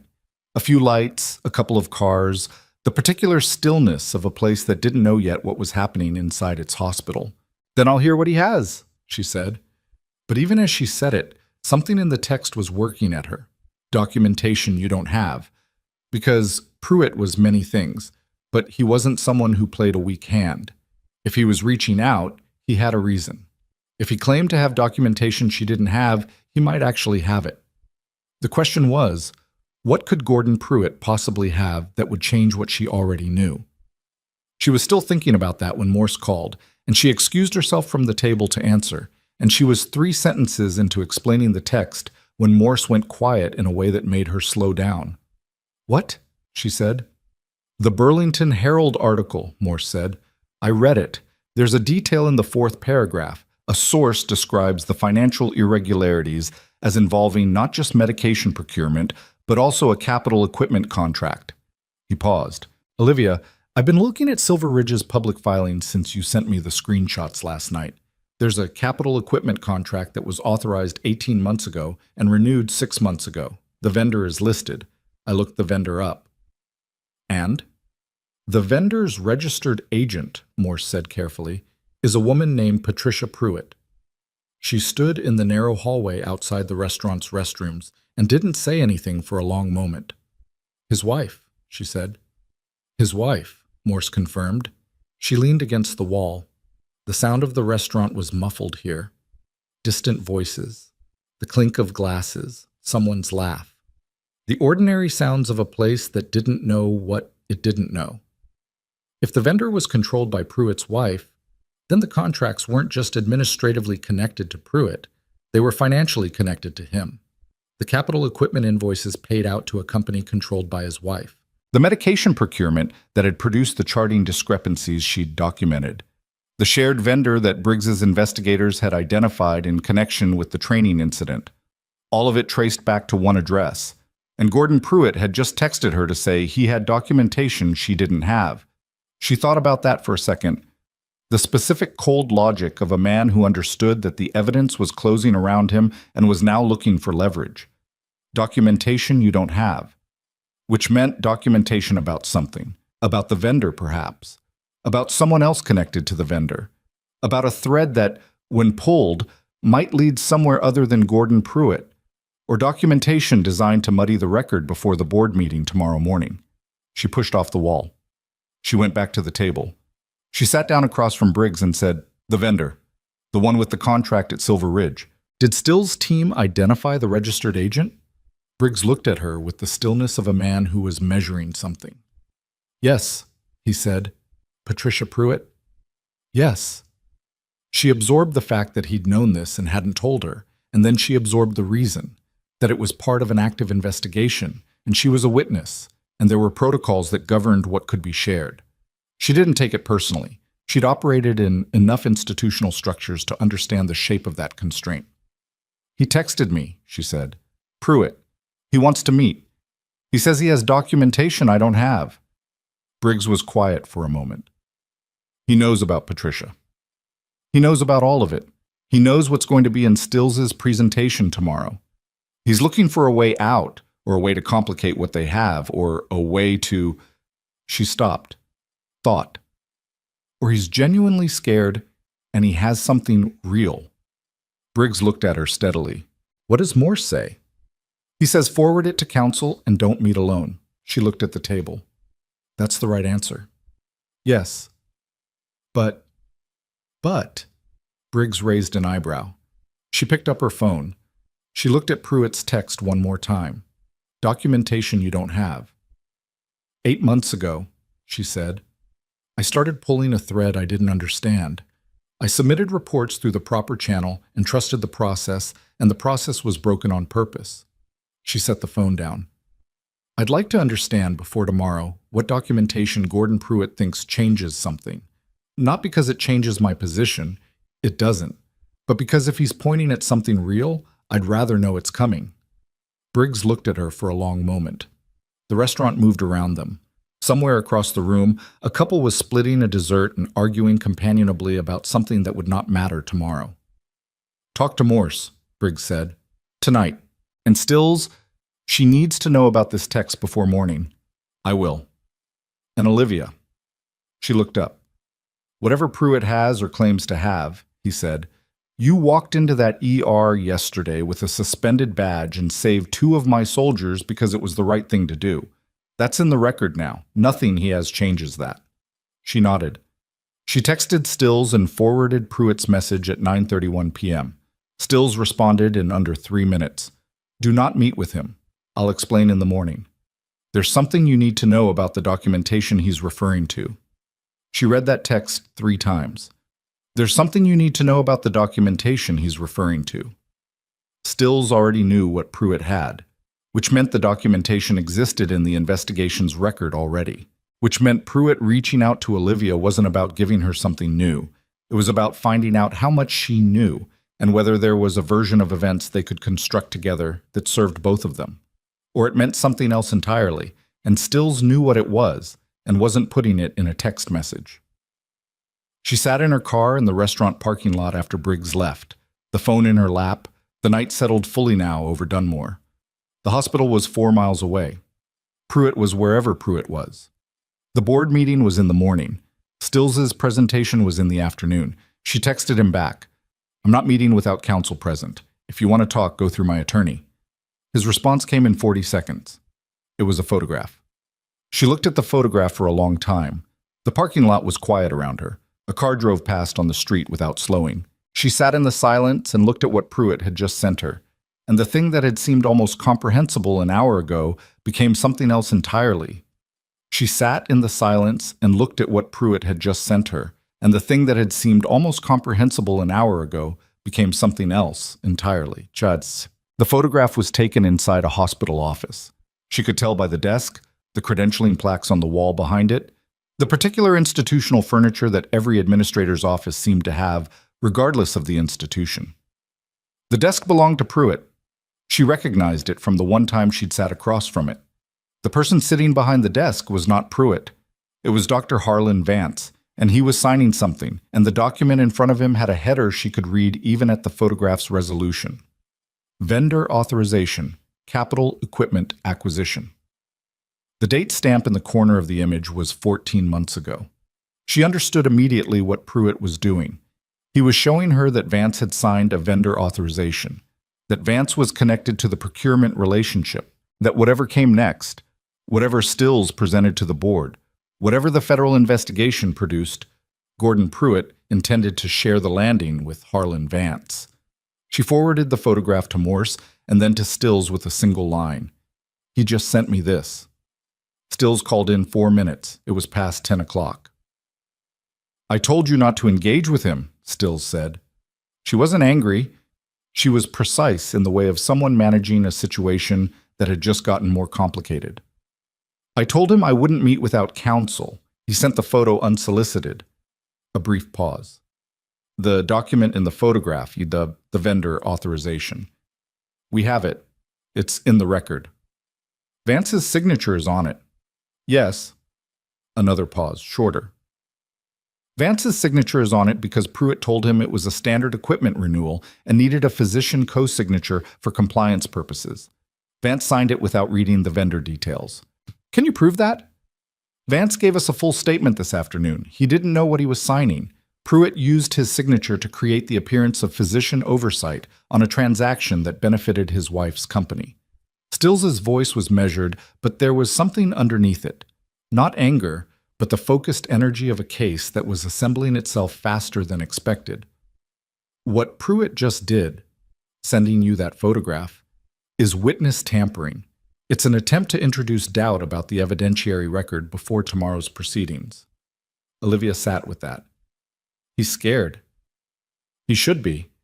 Don't respond to anything else he sends. Screenshot everything and forward it to me and Morse. If he calls, don't answer." A pause. "Try to sleep. I mean it." The call ended. She sat in the parking lot for another moment, looking at the restaurant's lit window and the quiet street beyond it, and she thought about Harlan Vance signing a document he hadn't read because Pruitt had asked him to, and because Vance was, in the end, a man who trusted institutional authority more than he should have.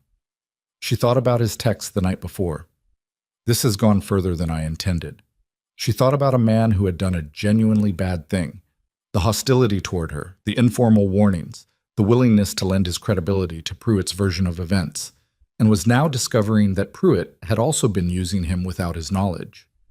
None of that made what Vance had done to her acceptable, but it made the situation more complicated than a simple villain and a simple victim, and she had learned enough about complicated situations to resist the pull toward oversimplification. She drove home.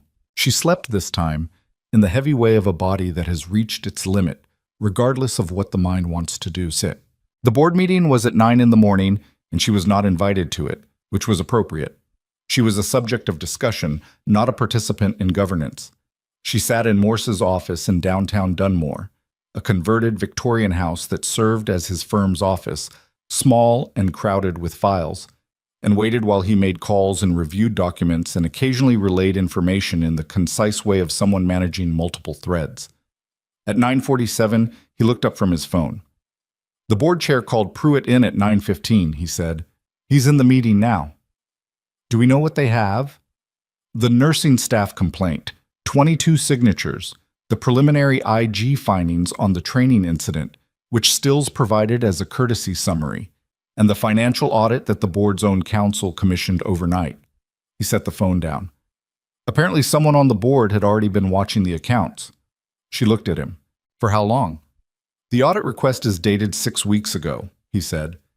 Someone on the board asked for a quiet look at the vendor contracts before any of this happened. 6 weeks ago. Before the mass casualty. Before the IG. Before any of this had surfaced into the open. Which meant there was a board member who had noticed something and had been moving toward it through proper channels, slower than everything that had happened in the last 48 hours, but moving. The institutions were not entirely broken. They were slow and imperfect, and sometimes the people inside them saw things and took the cautious route when a faster one might have helped, but they were not entirely broken. She thought about that for a while. At 10:22, Morse's phone buzzed. He read the screen and something in his expression shifted, the focus neutral of a man receiving information that was both expected and significant. Pruitt's been placed on immediate administrative suspension, he said. Pending the board's review, they've appointed the CFO as interim administrator. She breathed out. His security badge has been deactivated, Morse continued. He's been asked to leave the building. He looked up. The board also voted to request an independent external review of all incident reports submitted in the last 12 months. That's your 6 reports, and apparently 4 others that other staff had filed and also gone unacknowledged. 4 others. There were 4 others. She hadn't known. Of course she hadn't known. Incident reports were confidential between the submitter and the quality process. She hadn't known there were others. Hadn't known she wasn't the only one documenting problems that were disappearing into Pruitt's office and not emerging the other side. 4 others. Other nurses. Other staff. Other people who had noticed things and used the proper channel and been met with silence. Who filed the others? She asked. I don't have names yet. The board's request will make them part of the review record. He paused. They'll be contacted. Their accounts will be part of what Stills presents this afternoon. She looked at the window. Outside, Dunmore was doing what it did on a Thursday morning. Traffic, people walking, the ordinary mechanics of a city that was operating entirely unaware that something significant was happening inside the building 4 miles east. Morse, she said, what happens to the cases? The patients? If the medication documentation discrepancies point to what we think they point to. He was quiet for a moment. The pharmacy records are being subpoenaed. If there's a diversion pattern, if controlled substances were being systematically removed from the supply chain, then there's a question of patient impact. Whether anyone received subtherapeutic doses because what should have been in the medication wasn't. The weight of that settled over her. She'd known it was there, had known it since she first noticed the charting discrepancies, and had felt the unease of a clinical professional who couldn't yet name what was wrong. Patients. Actual patients. In rooms 11 and 14 and 22, receiving care in a facility where someone was systematically taking from the supply that served them. They'll be notified, she said. It wasn't a question. The hospital's legal counsel is working with Stills' office on notification protocol, Morse said. It's mandatory. If patients were affected, they have to be told. She nodded. It was the right answer, even though the right answer was going to be a difficult conversation for someone. So for the interim administrator, for the medical staff, for the families of anyone who'd been treated in those rooms during the period in question. The right answer was frequently the difficult one. She'd known that for a long time. But at noon, she ate a sandwich she didn't taste in Morse's small conference room. At 1:15, her phone lit up with a text from Darla. The staff got told about Pruitt. The floor it's a lot right now. People are relieved and scared at the same time. Thought you should know the mood. At 1:40, Stills called. The board session concluded at 12:30, Stills said. I want to give you a summary before my presentation this afternoon. She paused in the way she had, not for effect, but for organization. The IG investigation has identified a systematic diversion of controlled substances from Silver Ridge's pharmacy inventory over a period of approximately 20 months. The diversion was facilitated through falsified administration records and was connected to the vendor relationship authorized by Pruitt. The vendor, operating under Patricia Pruitt's registered name, was receiving returned inventory that had been documented as administered but had not been. Olivia listened. The capital equipment contract was a secondary mechanism, Stills continued. Overvalued invoices paid to the vendor's parent company, which routed money back through a series of accounts. We have the financial chain. A brief pause. The training incident, the overloaded charges that brought my soldiers into your ER, traces back to the same vendor's logistics subsidiary providing faulty specification documentation for equipment they had a supply contract on. We're not prepared to say it was intentional at this stage. What we can say is that the vendor was unqualified for the contract they were awarded, and that the qualification paperwork was falsified. Falsified. Soldiers had been injured by equipment handled by a vendor that existed to move money out of a hospital pharmacy into Gordon Pruitt's household, and the vendor had been awarded a military logistics contract through falsified documentation because Pruitt had enough reach through his connections at the hospital's affiliated training facility to make that happen. She sat with this for a moment, the full shape of it. His incident reports, she said.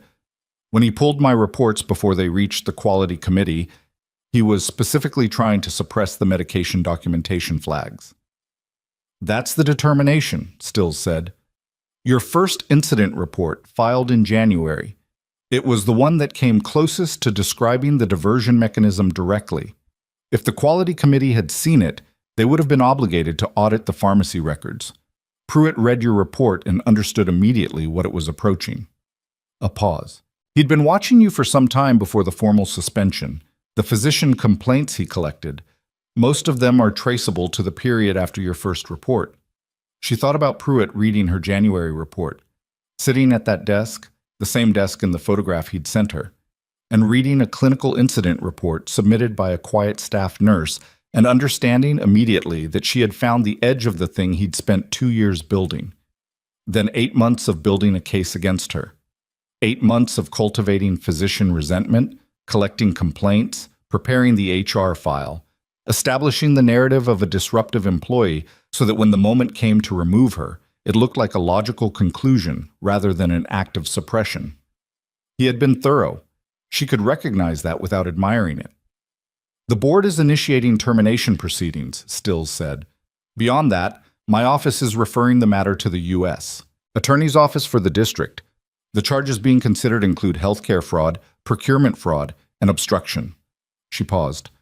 I want you to know that your documentation, the incident reports and specifically the spiral notebook, was foundational to establishing the timeline. Without it, we would have had the financial evidence and the pharmacy records, but we would not have been able to demonstrate the intent to suppress as precisely as we can now. Olivia didn't say anything for a moment. The 4 other incident reports, she said, the ones filed by other staff. 2 of them corroborate the medication documentation concerns independently. They were filed by a pharmacy technician in March and a charge nurse in May. Neither of them knew about yours. Pruitt pulled both. Stills's voice was steady. They've both been contacted. They're being brought into the record. She thought about a pharmacy technician in March and a charge nurse in May, filing reports and watching them disappear, and probably wondering if they'd gotten it wrong, if what they'd seen wasn't what they thought it was, probably adjusting their own assessment of themselves based on the silence that came back. That was what suppression did. It didn't just hide information, it made the people who generated it doubt their own eyes. Thank you for telling me, she said. My presentation to the board is at 3 o'clock, Stills said.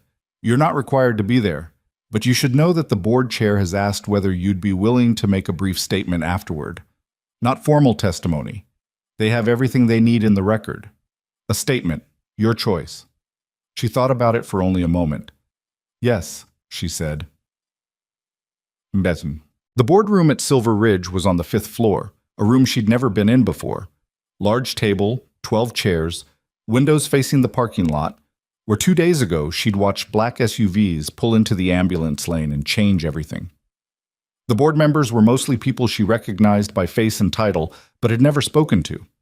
They had the particular expression of people who had spent the morning receiving information they wished they'd had sooner and were now doing the difficult work of sitting with that. Stills's presentation took 90 minutes. Olivia didn't see it. She waited in a corridor with Morse until it was done. She used the time to organize what she wanted to say, stripping it down to what was necessary, removing everything that was about herself rather than about the structural failure the board needed to understand. When they called her in, she sat at the end of the table and looked at 12 faces looking at her. She spoke for 11 minutes. She described the incident reports in sequence, what she'd observed, why she'd reported it, what the proper channel was supposed to produce, and what it produced instead. She described the spiral notebook not as a dramatic act of resistance, but as what it was, a clinical habit developed in contexts where documentation was survival. She described the 8 months between her first report and her suspension with the flatness of someone reporting observable facts rather than grievances. She said, "I submitted reports because that's what the system requires when a clinician observes a potential safety concern. I kept a log because I'd been trained to document everything. I came back into that ER on Tuesday because there were people who needed care, and I was capable of providing it. None of those decisions were extraordinary. They were all just what the situation called for." She paused. 4 other staff members submitted reports that also disappeared, she said. A pharmacy technician and a charge nurse who noticed the same things I noticed from different positions. They aren't here today, but they should be part of whatever changes you make to how this institution handles clinical documentation. She looked at the board chair directly. The system didn't fail because the reports weren't filed. It failed because someone in authority decided the reports were a threat to his interests. The question isn't how to get staff to report more, it's how to make sure the reports can't be suppressed. She stopped there. It was enough. The board chair thanked her. It was a formal thanks, the language of institutional proceeding, but the man looked at her when he said it in a way that was something beyond procedural. She walked out with Morse. In the corridor, he said, "That was well done." It needed to be said. It did. He checked his watch.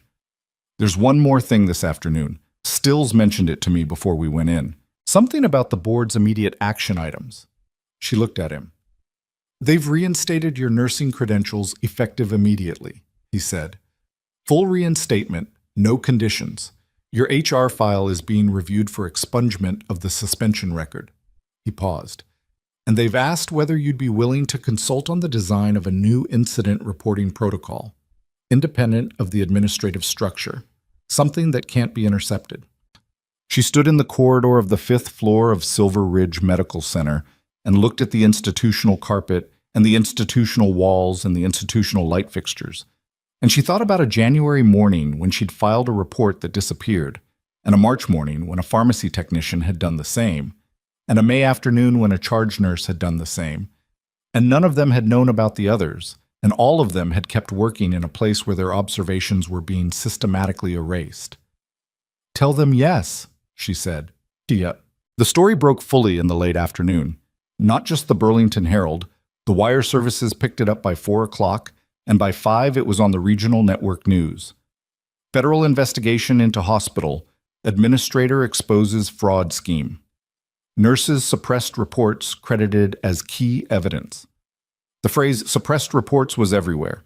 In the chyrons, in the headlines, in the radio segment she heard on the drive back to her apartment.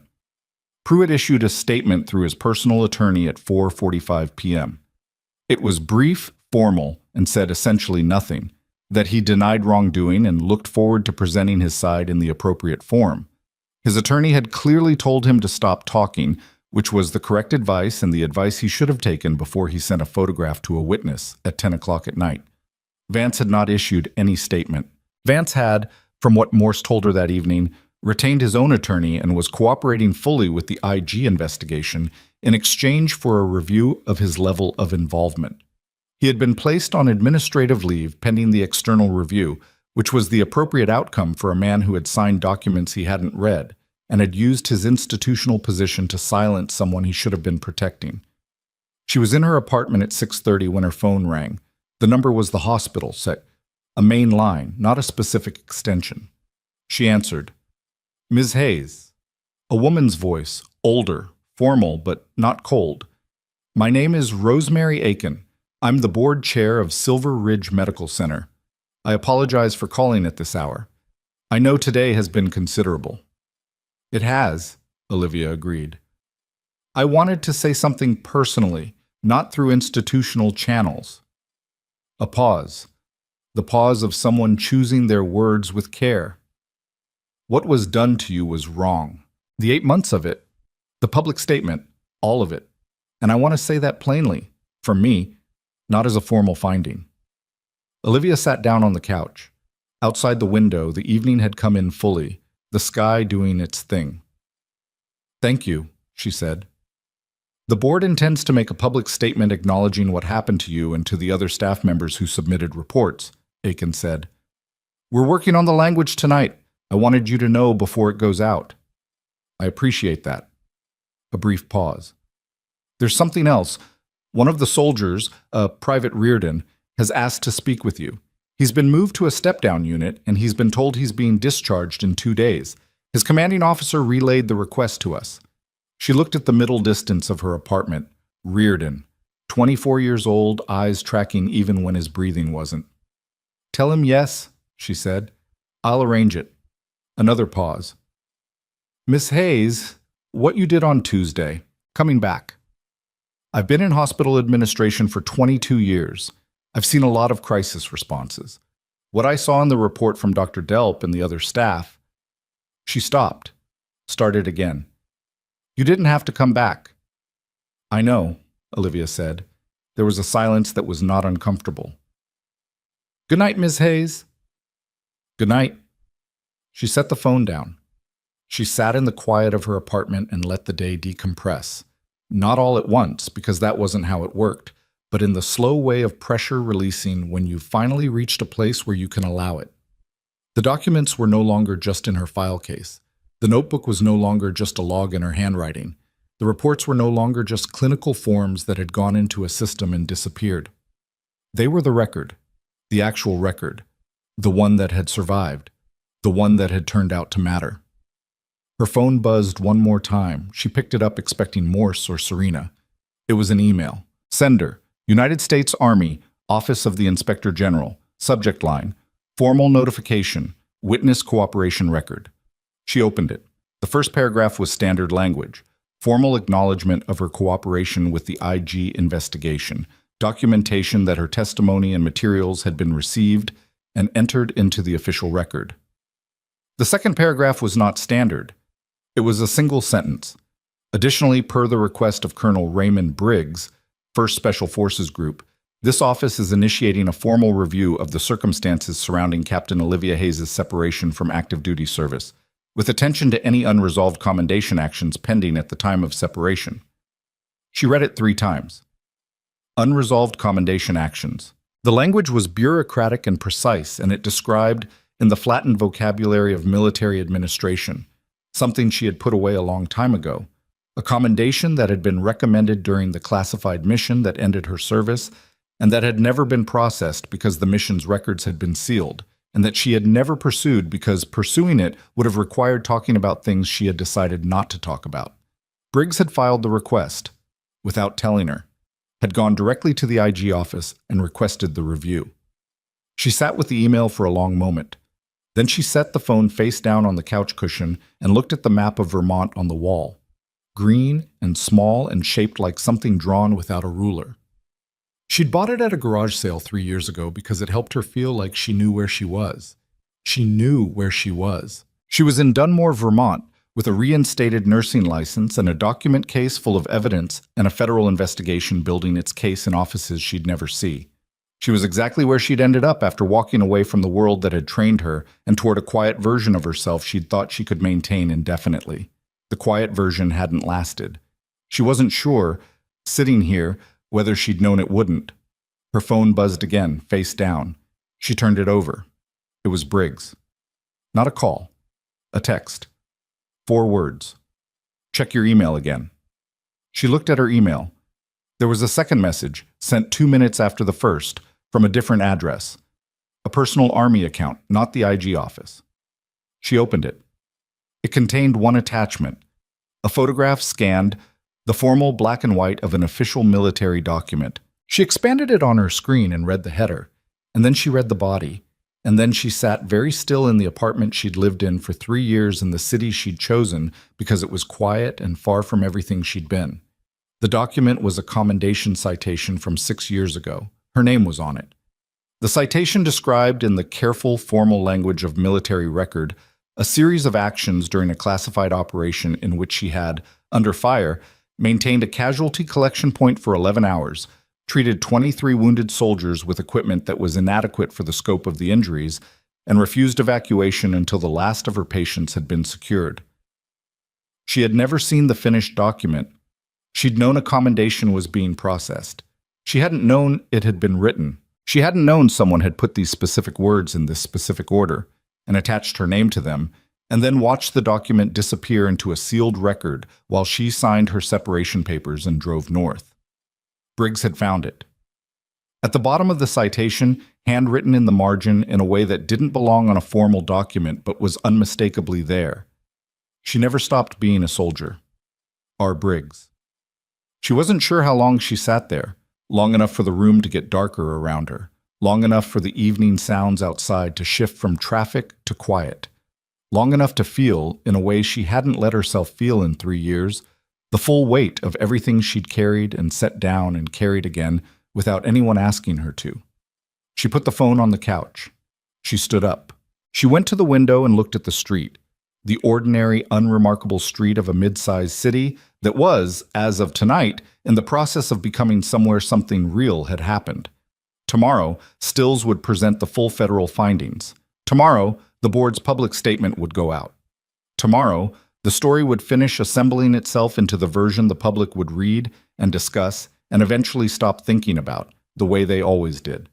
And the day after tomorrow, Private Reardon was going to be discharged from Silver Ridge Medical Center, and she was going to see him first. She was thinking about that. Just that, the simple fact of it, when her laptop on the desk chimed with a new notification. She crossed the room and looked at the screen. It was a message from the Dunmore Courier, not a news alert, a direct message to her email, the reporter who'd requested comment the day before. The subject line read, "We've obtained Gordon Pruitt's full communication records from the past 18 months. There's something in them we think you need to see before we publish." She crossed the room and looked at the screen. It was a message from the Dunmore Courier, not a news alert, a direct message to her email, the reporter who'd requested comment the day before. The subject line read, "We've obtained Gordon Pruitt's full communication records from the past 18 months. There's something in them we think you need to see before we publish." She forwarded it to Morse without opening the attachment. He called within 10 minutes and told her not to engage with the reporter directly, that he'd review the materials first and advise. She said fine. She meant it. She was done making decisions alone at 10 o'clock at night. She slept a full 8 hours. She didn't dream. What the Courier had obtained there, through a source they declined to name, though Olivia suspected it was someone inside the board who had decided the public record needed to be complete, was 18 months of internal email between Pruitt and 3 members of the hospital's physician leadership. The communications documented, in Pruitt's own words, a deliberate campaign to build a personnel file against Olivia before she could generate enough clinical documentation to trigger a mandatory external review. The emails used phrases like, "We need to neutralize this before it reaches compliance," and "Vance needs to log another complaint this month, make it formal," and in one message dated 6 weeks after her first incident report, "She's going to be a problem unless we move faster than she does." The Courier published the story at 7:30 Friday morning. By 9, it had been picked up by 4 national outlets.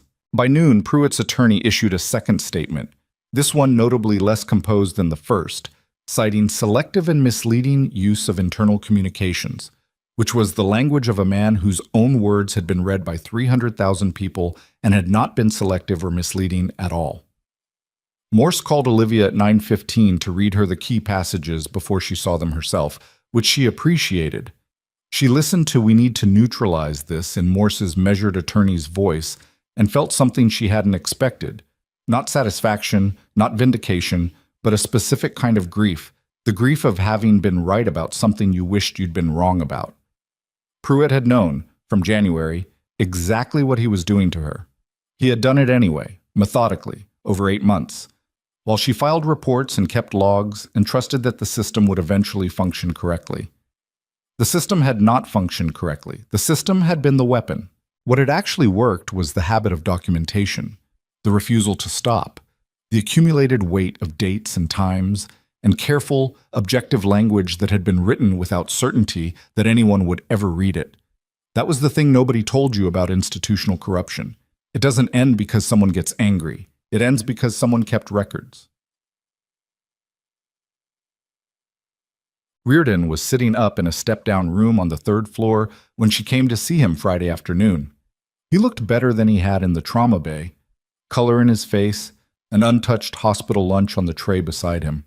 The particular restored alertness of someone whose body had been brought back from the edge and was making the most of the return. He watched her come in. She pulled the chair to the bedside and sat. For a moment, neither of them said anything. It wasn't awkward. It had the quality of two people who'd been through something together and didn't need to describe it. "They told me what you did," he said finally. "The needle. You were already doing the work. I just removed the obstacle." He looked at her. "That's not what it felt like from inside." She held his gaze. "How did it feel?" He thought about it. "Like someone decided I wasn't done yet." She didn't respond to that because there wasn't anything to add to it. She sat with it instead, the way you sit with things that are true and don't need expanding. "You're being discharged tomorrow," she said. "Yeah." He looked at the window, at the gray Vermont sky beyond it. "Colonel Briggs said there's going to be some kind of ceremony. Before I go." He looked back at her. "He said you'd be there." "I'll be there." He nodded. Then, "I heard what they did to you, what that administrator—" He stopped. Something moved across his face that was not a young man's expression. It was older than that, the expression of someone who'd seen enough to know that authority and integrity are not the same thing, and that knowing the difference costs something. "You came back anyway." "Yes." "Why?" She looked at him, 24 years old, chest rising and falling evenly, the overhead light making ordinary shadows on an ordinary hospital room wall. She thought about how to answer and then decided on the honest one. "Because the work matters whether anyone's watching or not," she said. "I didn't come back because I was trying to prove something. I came back because you were there, and I could help, and those were the only facts that were relevant." He was quiet for a moment. "I want to be that clear about things," he said, "when things get loud. I want to know what the only relevant facts are." "You will," she said. "Most people figure it out. It usually costs something first." He laughed, short, a little rough, the laugh of someone whose rib cage was still tender. "Yeah," he said. "Yeah, it does." The ceremony was small. That was Briggs's doing. She'd expected something formal, something institutional, and instead it was 12 people in a hospital courtyard on a gray Saturday morning. Briggs, 4 of his soldiers who were well enough to stand, Reardon in a wheelchair with his arm in a sling, Darla, Delp, Morse, Serena, who had driven up from Burlington, and Aiken, the board chair, who stood slightly apart from the group with the expression of someone bearing witness to something she understood was not about her. Briggs stood in front of Olivia and read the commendation citation aloud. Not the whole thing, just the part that mattered, the description of the 11 hours and the 23 soldiers and the refusal to leave until the last of them was secured. His voice was even throughout. He'd been a soldier for 30 years. He knew how to read a citation. When he finished, he looked up at her. 6 years late, he said. "I'm sorry for that." "It got here," she said. He pinned the commendation to her jacket. His hands were steady. Hers were not. A small tremor she didn't try to control, because she'd learned the difference between weakness and the body being honest about what something means. The soldiers behind him stood straighter, not at attention. They were off duty, in civilian clothes, some of them still moving carefully around their injuries. But they straightened. It was involuntary, the specific posture that happens when something is being recognized that deserves recognition. Reardon said from his wheelchair, "Thank you." 2 words, direct, without elaboration. She looked at him. "Take care of that chest." "Yes, ma'am." She almost smiled. "Don't call me ma'am. I'm a nurse."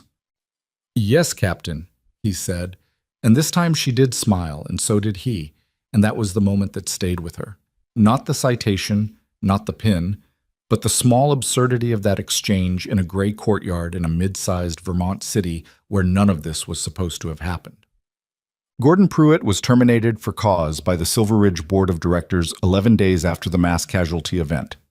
The termination was public, documented, and accompanied by a board statement that acknowledged the suppression of clinical incident reports, the harm caused by that suppression to staff and potentially to patients, and the institution's commitment to structural reform. Pruitt lost his healthcare administrator credentials through a separate professional board proceeding 6 weeks later. The U.S. Attorney's Office filed criminal charges, healthcare fraud, procurement fraud, and obstruction of a federal investigation 4 months after that. Patricia Pruitt's company was dissolved. The vendor contracts were voided. Harlan Vance kept his medical license. He did not keep his position at Silver Ridge. He resigned, retained a different hospital affiliation in another state, and cooperated fully with the investigation in the way of a man who understood he had been used and was doing what he could to limit the damage from both directions. Olivia did not feel generous toward him. She also didn't feel the need to remain angry. She was too busy. The pharmacy technician and the charge nurse who'd filed the other suppressed reports were both reinstated and offered formal apologies from the board. The pharmacy technician, a woman named Cora, called Olivia one evening and said, "I thought I'd gotten it wrong for 9 months. I kept second-guessing myself." And Olivia said, "You didn't get it wrong. The system told you that you did. Those are different things." She consulted on the new incident reporting protocol through the fall. It was independent, third-party verified, and tamper-evident. Every submission logged externally with a timestamp the internal administration couldn't access. It wasn't perfect. No system was. But it was harder to bury. She stayed at Silver Ridge. She'd thought about leaving, had the thought more than once in the weeks after everything settled, when the hallways carried the particular residue of an institution working out who it was going to be after what had happened to it. Staying wasn't simple. Some people were awkward around her. Some were effusive in ways she found harder to navigate than the awkwardness. She wasn't the same person she'd been before Tuesday, and neither was the place. But the work was the work. The rooms were full of people who needed someone capable of being in those rooms. That hadn't changed.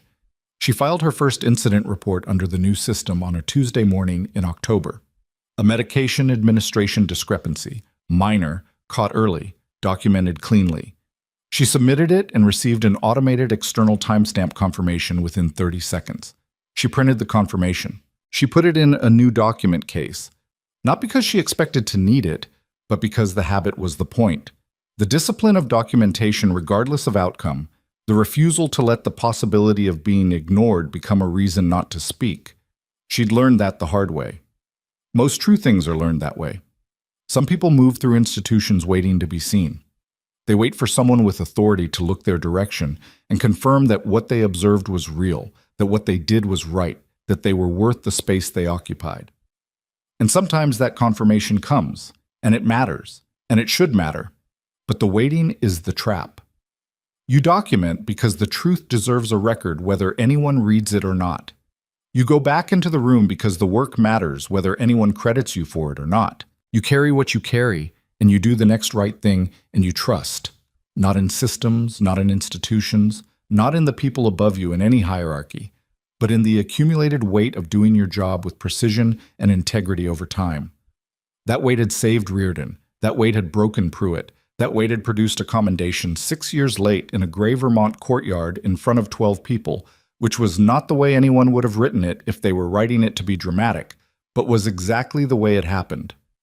Olivia Hayes clipped the confirmation to the front of the new file. She put it on the shelf next to the router, in the same spot where the old document case used to live. Then she picked up her bag, drove to Silver Ridge Medical Center, badged into the department she'd never really left, and went to work.